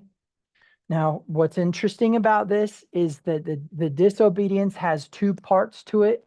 One is obviously the infestation, going after other gods. In fact, let me go ahead and illustrate that for you really quick. So somewhere at this point is an introduction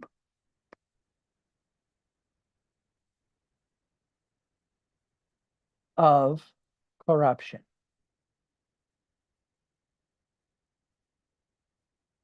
Okay.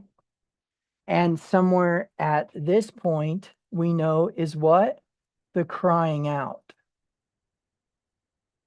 which appoints the judge, which creates the deliverance or the Yeshua principle that arrives eventually at a death to self, right? The crying out teaches you how to remove yourself from the possession that occurs. Now, remember, this introduction of corruption is the nations coming to you and saying, oh, let's go after other gods. Well, eventually, at about this point, we get into what's called oppression. And that oppression is based upon the idea that there is an authoritative entity that is wanting to what? Assert itself over the liberated or the free people of Israel. And that liberated or free people of Israel have allowed into their camp some infestation. And that infestation, if it is not eradicated at this point, will result in that nation taking control of Israel. The Midianites did this multiple times, I believe. Then what happens? Somewhere here, we have possession. Okay. Now, that possession is where that group of people no longer allows Israel to be sovereign. They experience the discomfort of possession and end up crying out to God. He sends a judge who creates a deliverance. That's the word Yeshua, right? In the Hebrew. I know I'm writing over other stuff and it drives you guys crazy. And then what happens? Then there is a return to obedience. There's a return to Torah. Now, the other cycle starts with what? Starts with that moment in which you go to seed time. You go to seed time, and then there's that moment of waiting for the resurrection or waiting for spring. So you plant and you wait, and all throughout this time, you reap. Okay? You reap. Now, what do you reap? You reap whatever you've sown. So even though that there is this seed time and harvest, and there's this cold and there is this heat, right? Which is spring, summer, fall, winter, there is also a function of process in which we have a bad planting that can occur. So really what we have here is two agricultural idioms. We have the agricultural idiom of obedience and disobedience and the agricultural idiom of tithing, or the agricultural idiom of sowing to the flesh versus sowing to the spirit. Now, people go, well, wait a minute, tithing isn't sowing to the spirit. You're right. And that's not necessarily what I mean. When I talk about tithing, I need you to understand it more as a concept instead of a commandment. See, because once again, you're getting caught up in the logistics of the commandment. That's not the spirit of Torah. Do you need to give 10%? Yes, sons of Adam, you need to give 10%. Okay? That's a commandment. Get over it. If you don't, then according to Malachi, you are committing burglary. And you're committing burglary against somebody who unfortunately recognizes who you are, so he can't put you to death, right? That's what the Torah says. But what he can do is drop you into lack and decrease in your next reaping season. But here's the intrigue. This is what it says. It says, if a Gentile, though not having the law, does the things of the law, they show themselves to be a law unto themselves, and that the law is written on their heart, and their conscience accuses or defends them on the day of judgment. Who, and this is important, who activates the wilderness season every year? You do. And the reason you do is because your conscience isn't clear on the day of Yom Kippur. You have not taken the time to actually be honest, repent, and prepare for the temptation. Okay? Because remember, if you repent at Yom Kippur, the thing that you sowed into corruption becomes a temptation again the next year. You overcome that temptation, and then we step into obedience. Then we step into reward because you've been obedient, right? And reward is what? Again, that idea of sowing to the flesh versus sowing to the spirit. The spirit receiving the reward of sowing to the spirit is obedience. Obedience was the overcoming the temptation, right? And so now you come around to the next year and you step into abundance because your conscience is clear. Your conscience is not accusing you. It is you bringing upon yourself the loss of authority of the universe. Remember, the universe is conspiring on your behalf to be absolutely, not conditionally, obedient to the sons of Adam. Why is there a reduction in authority? Because you believe there's a reduction in authority because your conscience isn't clear. As your conscience isn't clear and there's a reduction in authority, then you start to understand that that creates a hunger. Not a hunger for the authority, right? That's not the principle here. But that within that loss of authority, you begin to start to experience lack and decrease. That's the sowing and reaping element. That's the receiving what you sowed, right? Without a clear conscience, your brain is going to make you receive what you sowed. Now you say, oh, well, I'll just convince my brain not to do that. Actually, no, that's actually worse, because what that will result in is infestation. That infestation will result in oppression, which will eventually result in possession, and which will eventually result in you crying out, which will eventually result in a deliverance, which you yourself will deliver yourself through, right? And then you'll die to self and become obedient again. So you may as well be obedient in the first place, right? We know that's more complex than what we thought, right? A being obedient part. Okay, but You can see the ample opportunity here for mercy, right? You can see the idea of Racham being the conduit by which love transfers. But I think you now notice this summer, winter, fall, this winter, spring, summer, fall cycle is not just snow falling on the ground. This is the function of reaping and sowing, which for some reason is totally locked into linear time. And it's locked into the process of your conscience. Does that mean that there's a Yom Kippur 2 days from now? I don't know. I don't know how that part works. I don't know if your brain reconciles all this in a number of days, months, years. But what I do understand is that it is your subconscious that governs that process. You will make micro adjustments if you're guilty. And those micro adjustments will result in the universe being obedient to you in those moments. So now, who has been experiencing the feeling of the word I'm thinking of? Who has been experiencing the feeling like they need to complain?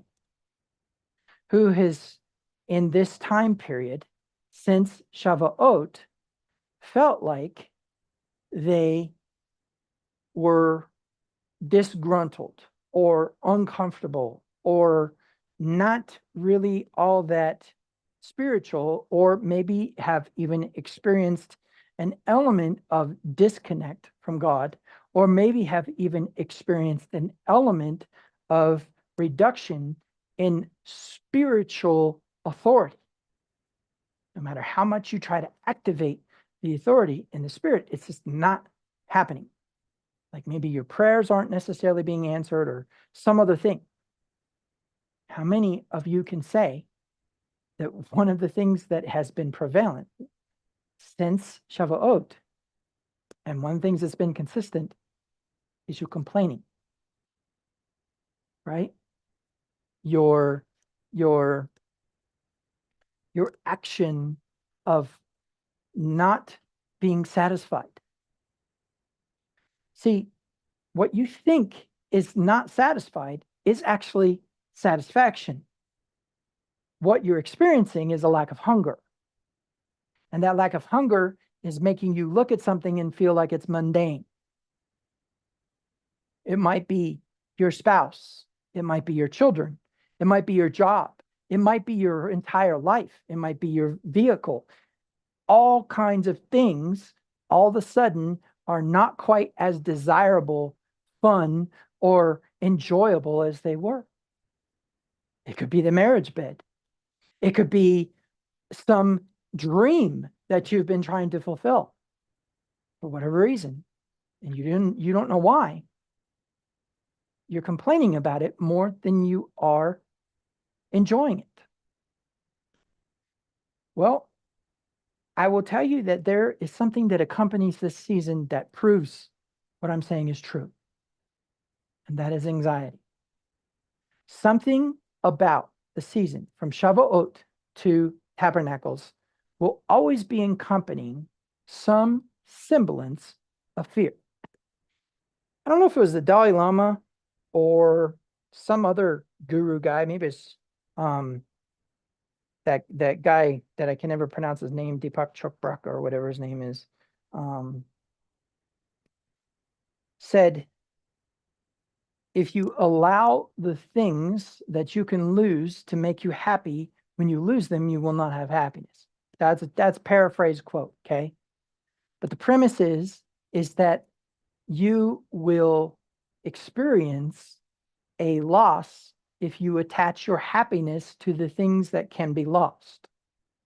Now, I know that there is a lot that goes into that, right?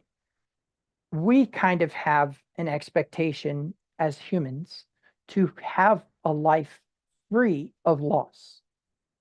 When loss occurs, we experience something that's really uncomfortable.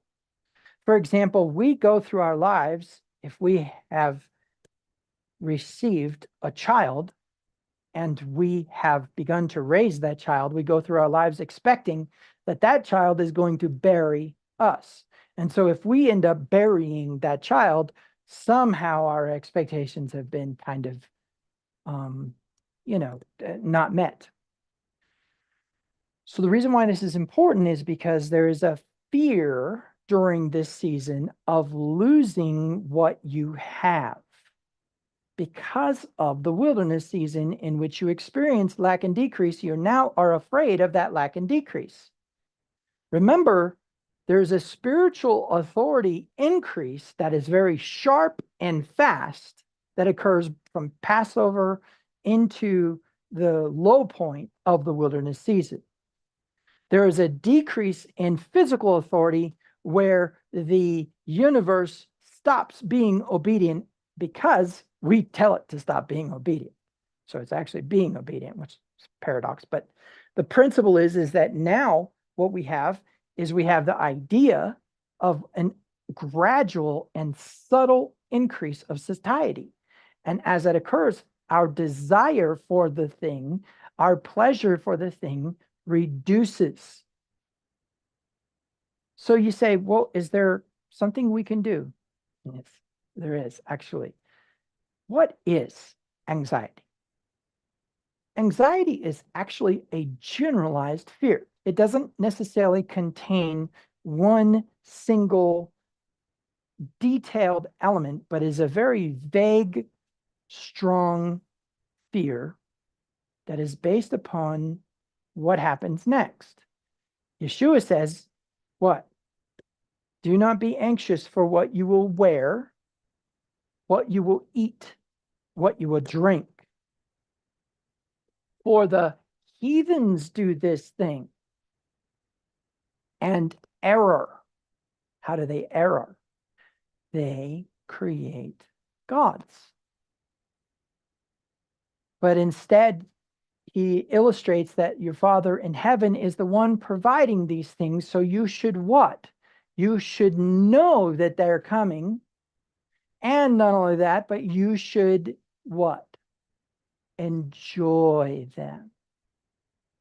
So let's talk a minute about the function of gratefulness versus ungratefulness. Most humans exist within the realm of ungratefulness at about maybe a 90%, maybe let's give them a little bit more credit. Let's say an 80% of their time they're ungrateful. And that is a direct result of satiety. When you are experiencing the enjoyment of food as a result of hunger, in those moments, it's absolute bliss. There is relief from your hunger, and you are getting to relieve it through pleasure. And as that pleasure is experienced, you begin to feel more and more and more satisfied, and pretty soon the pleasure tapers off, plateaus, and is finished. And during that plateau phase of pleasure, you're no longer hungry. You no longer desire it the way you wanted it, insatiable, voracious desire at the beginning. As a result of the hunger, which is actually a reaping of what you sowed, right? That hunger occurred as a result of you believing that you were guilty, or a temptation if your conscience is clear, right? Either way, the hunger occurs. As the satisfaction occurs, now all of a sudden, over time, we begin to allow just a little bit more compromise, a little bit more compromise. Why? Because we believe that we need to create a facsimile of that hunger. And so we say, oh, well, I will just allow a little bit of adventure into my life. I will allow a little bit of adventure into my thinking. I will go a little bit outside of Torah. I will go a little bit outside of expectations. I will go a little bit outside of reality, of logic. You see, the people of Israel did not walk into Sinai with a desire to create the golden calf. They did not have a plan to. They did not think in their minds, oh, this God is getting on our nerves. When can we create a God? They didn't do that. They got satisfied. They had their desires given to them. Everything they asked. Moses, you go in and get him, and we'll listen to you. They asked for that. Now, be forewarned. That complaining is being heard by the universe. The universe is looking at the sons of Adam going, oh, he actually doesn't like his wife. I thought he liked his wife. We gave him what he wanted. He doesn't like it. Well, let's take it away, because that's what he wants. You complain, you say, oh, I can't stand this job. My gosh, every day the same thing. I come and I sit at this desk, and all I hear all day is blah, blah, blah by the boss and blah, blah, blah by the employees. Oh, he doesn't like his job. Let's take it away. Right? Which creates what? Again, a decline in the physical authority of the universe. Why? Because we tell it to. Right? It says, oh, okay, let's take that thing away. Which what? Increases our spiritual authority at that moment, that drives us right back into the feast days, the fall feasts. And as we're driving back into the fall feast, remember that idea of crossing a threshold and then that shotguns you in that direction? Well, the principle is how you respond to all of this is important. So let me tell you how to respond to this season, which began at the low point of the wilderness and is going to end at the golden calf in your brain. Okay? Because Paul said those things were not written for them, but for us who experience Christ. That's Corinthians 10. So here is the key. Paul says, be anxious for nothing, but in all things give thanks. But what does Yahweh say? Yahweh says, when I have brought you into a land and you have eaten from grapes you did not plant, from trees and orchards you did not cultivate, and you live in houses you did not build, after you've eaten and been satisfied, give thanks. Now, who needs to see that gratefulness? The thing that has what? Is conspiring to be obedient, right? On your behalf, is conspiring on your behalf to be absolutely, not conditionally obedient to the sons of Adam. The universe, all of creation is actually looking to see what your attitude towards a thing is in a given moment. Because if you don't want it, you're king. And the king gets whatever he wants. And so the principle is that what you need to do during this season is make a conscious effort to enjoy the satisfaction of what you've been given. And to accept that if you don't want to enjoy it anymore, it's going to go away. Because we will make little micro adjustments to indicate we don't want that anymore. Now, is there grace in all this? Is there mercy in all this?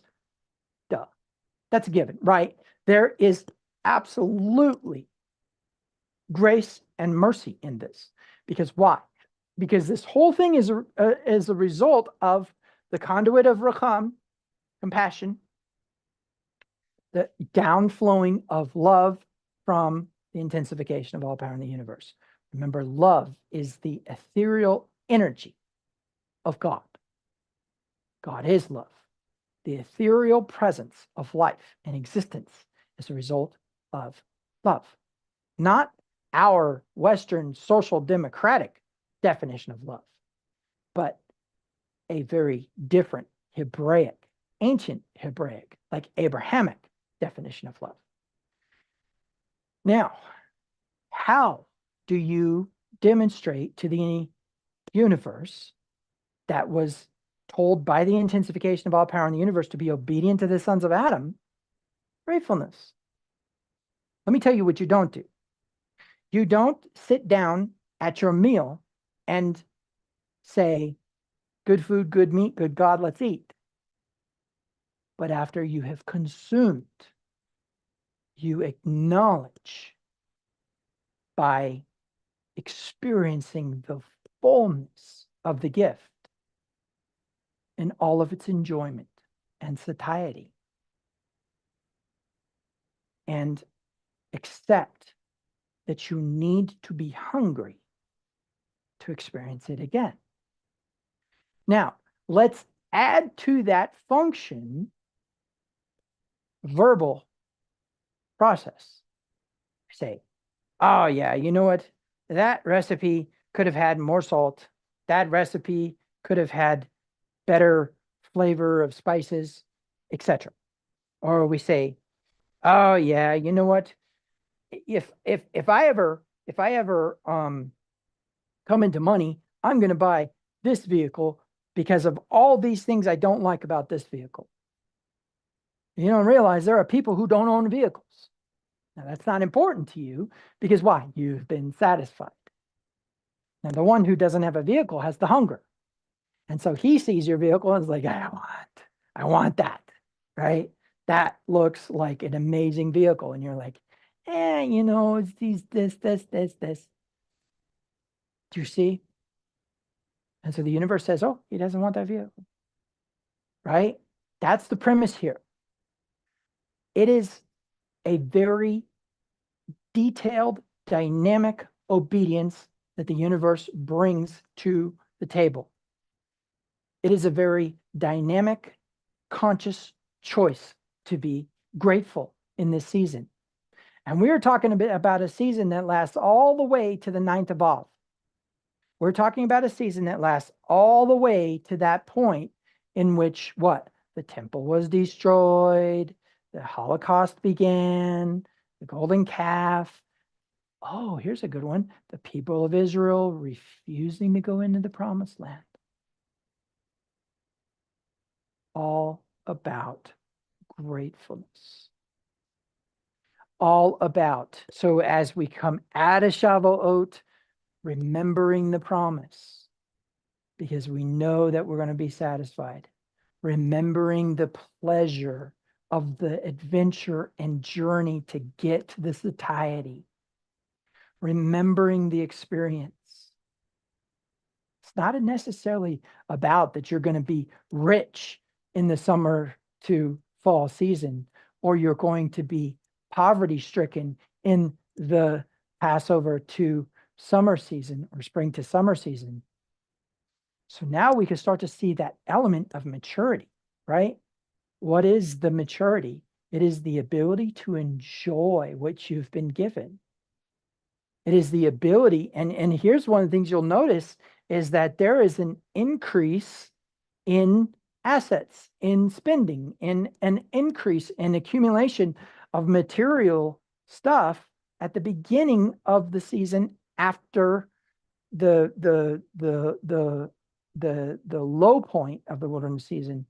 Passing through Shavuot, you'll have already started to accumulate.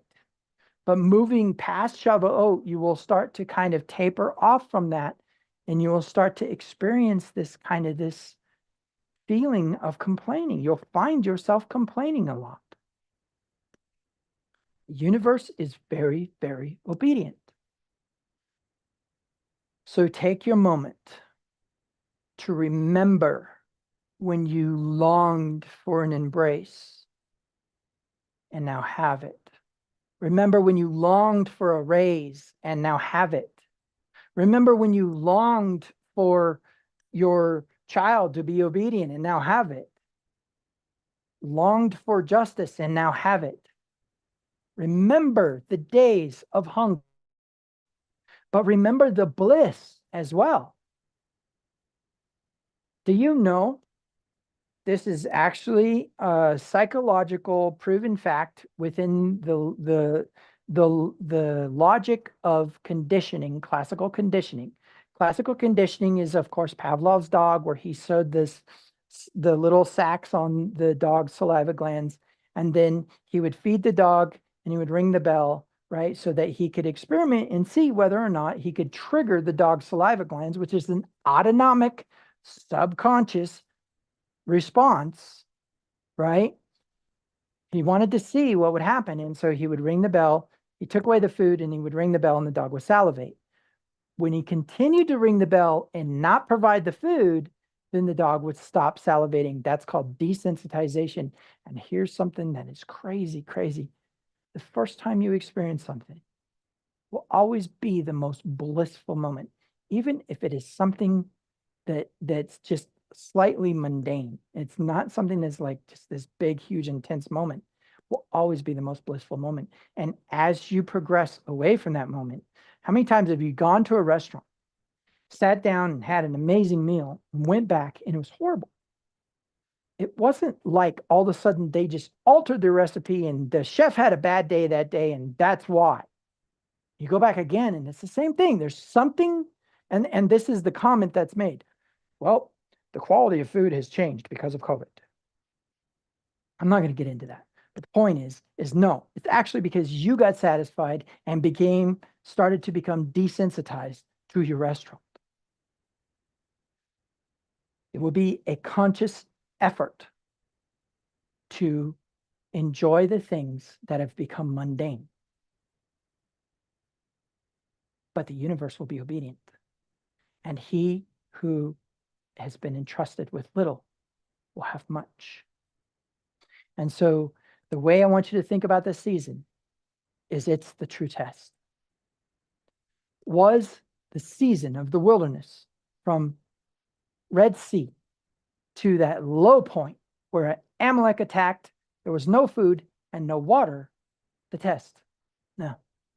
Test came when they had to wait for Moses to bring Torah that they had asked for him to go do. But it didn't start there. They didn't arrive at that moment when they said, Moses, go get the Torah and we'll be obedient to it. And while you're gone, we're going to build the golden calf. It didn't work that way. This was a progression, a movement towards disobedience, a movement towards infestation, a movement towards that moment in which they no longer demonstrated a desire for Yahweh. And here's what he says afterwards. He says, you know what?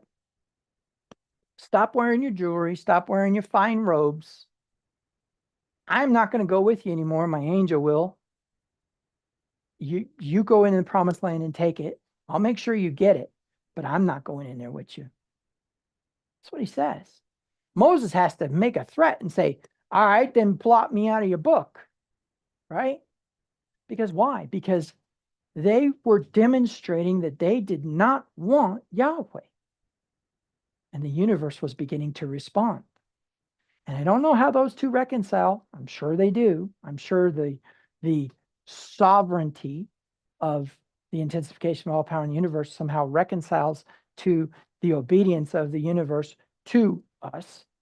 But I do know that those little micro adjustments you make, those little moments in which you say, man, I can't wait to get this other car. I can't wait to have this other vehicle because it has better features. Or I can't wait until my boss goes on vacation so I don't have to hear her anymore. And all of a sudden she gets in a car accident, done. It's very powerful. And this mechanism of gratefulness is very powerful. But this is the season for it. You don't go into the sowing season with gratefulness. You don't go into the wilderness season with gratefulness. You go into this season with gratefulness. This season from the low point of the wilderness season to the golden calf, in which there's an increase in the authority of Adam and a decrease in the authority of the sons of God. Why? Because our hearts are drawing away from the provider. We're becoming desensitized to the provider. He's given exactly what we wanted, and we're acting ungrateful about it. Every little detail that causes discomfort now is a complaint instead of seeing the bigger picture. Can this be stopped? No. You have to consciously respond to this season with gratefulness, because the world at this moment in time is going from that low point in the wilderness season to the golden calf and forgetting their provider, forgetting the hunger of the wilderness, forgetting about the provision, protection, instruction of the tent. And so they go wandering outside the tent, right? Not realizing that going outside the tent is going to result in nakedness and exposure and in dryness. And they're going to long for water again. They're going to what? They're going to long for clothing again. And they're going to long to eat or receive instruction again. For those who do not respond correctly to this season, it is appointed for them to have a time in which they experience a loss of what they were ungrateful with. It's not a long-term thing, because there is mercy. Let me illustrate mercy for you really quick, and then after that, we'll be done. You take a peach pit, you put it in the ground, you grow a tree that has many peaches, right? So if you're sowing to the flesh and you're reaping corruption, remember, the flesh cannot be subject to the law of God. Transgression of the law of God is sin. Sin is a transgression of the law, right? That's 1 John chapter 3, verse 4, and also Romans chapter 8, where it says it's an enmity to God. Flesh is an enmity to God. The righteous requirements of the law are fulfilled in us who walk according to the Spirit, not according to the flesh. And so what? We sin. When we sin, okay, and we violate Torah, Torah says an eye for an eye, a tooth for a tooth. You get one peach for one peach. However, that's not what happens when you sow to the Spirit. When you sow to the Spirit, you reap abundance over and above and beyond one peach. You get the whole tree. So mercy says you get one peach for one peach. Blessing says you get the whole tree. And here's the irony, is that he made him who knew no sin to become sin for us, that we might become the righteousness of God. That tree, that opportunity for that tree is free. It is not merited. You don't earn it. You do become obedient, and that reaps what you sow. That's a given, right? Including tithes, okay? Where you have people who sow $90 or sow $9 of $90 for their tithe, right? And now all of a sudden are in prosperity the next year, and they forget to tithe what they prospered in. And so all of a sudden they move in and lack and decrease in the next year, and they have no idea why. It's a very real process. But that obedience does not come as a result of any fleshly decision. That obedience comes from the Spirit. He who walks according to the Spirit, right? The righteous requirements of the law will be fulfilled in us who do not walk according to the flesh, but according to the Spirit. Will be fulfilled in us who do not walk according to the flesh, but according to the Spirit. For the flesh is not subject to the law of God, nor indeed can it be. Right? So as we sin, we experience lack and decrease as a result of that returning upon investment, as it were. So you get the whole tree if you're obedient. Obedience can only come from an adherence to the Spirit, following that path, stepping into that flow, right? Allowing the river to take you. We've talked about that before. That river is somewhat based upon the will of mankind, right? Because the entire universe is conspiring on your behalf to be obedient, not conditionally, but absolutely to the sons of Adam. And in that way is waiting and desiring for the sons of Adam to become the sons of God, to step into their role as rulers of heaven, which is kingdom of heaven, or basileia in the Greek, rulership of heaven.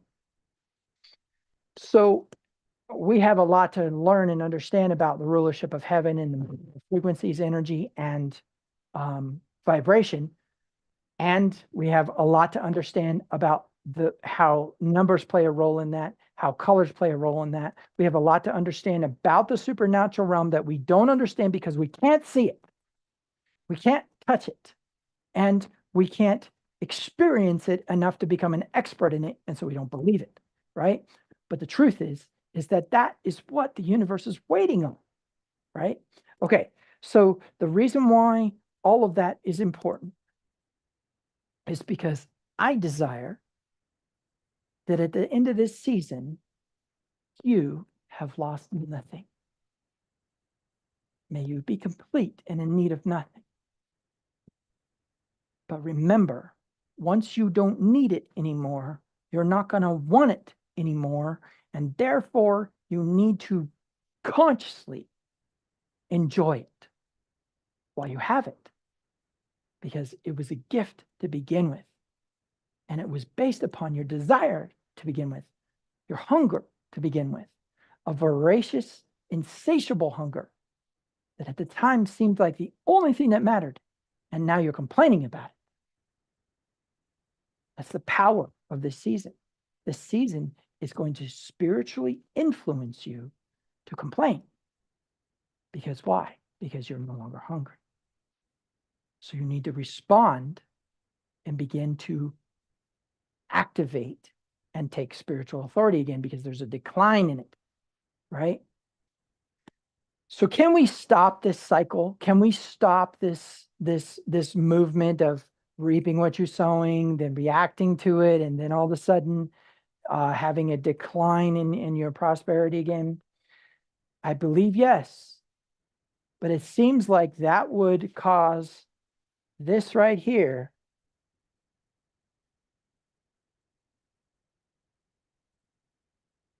to flip on its head. It seems like it is possible for these to flip-flop. So instead of the blue line being here, it's here, right? Instead of the orange line being here, it's here.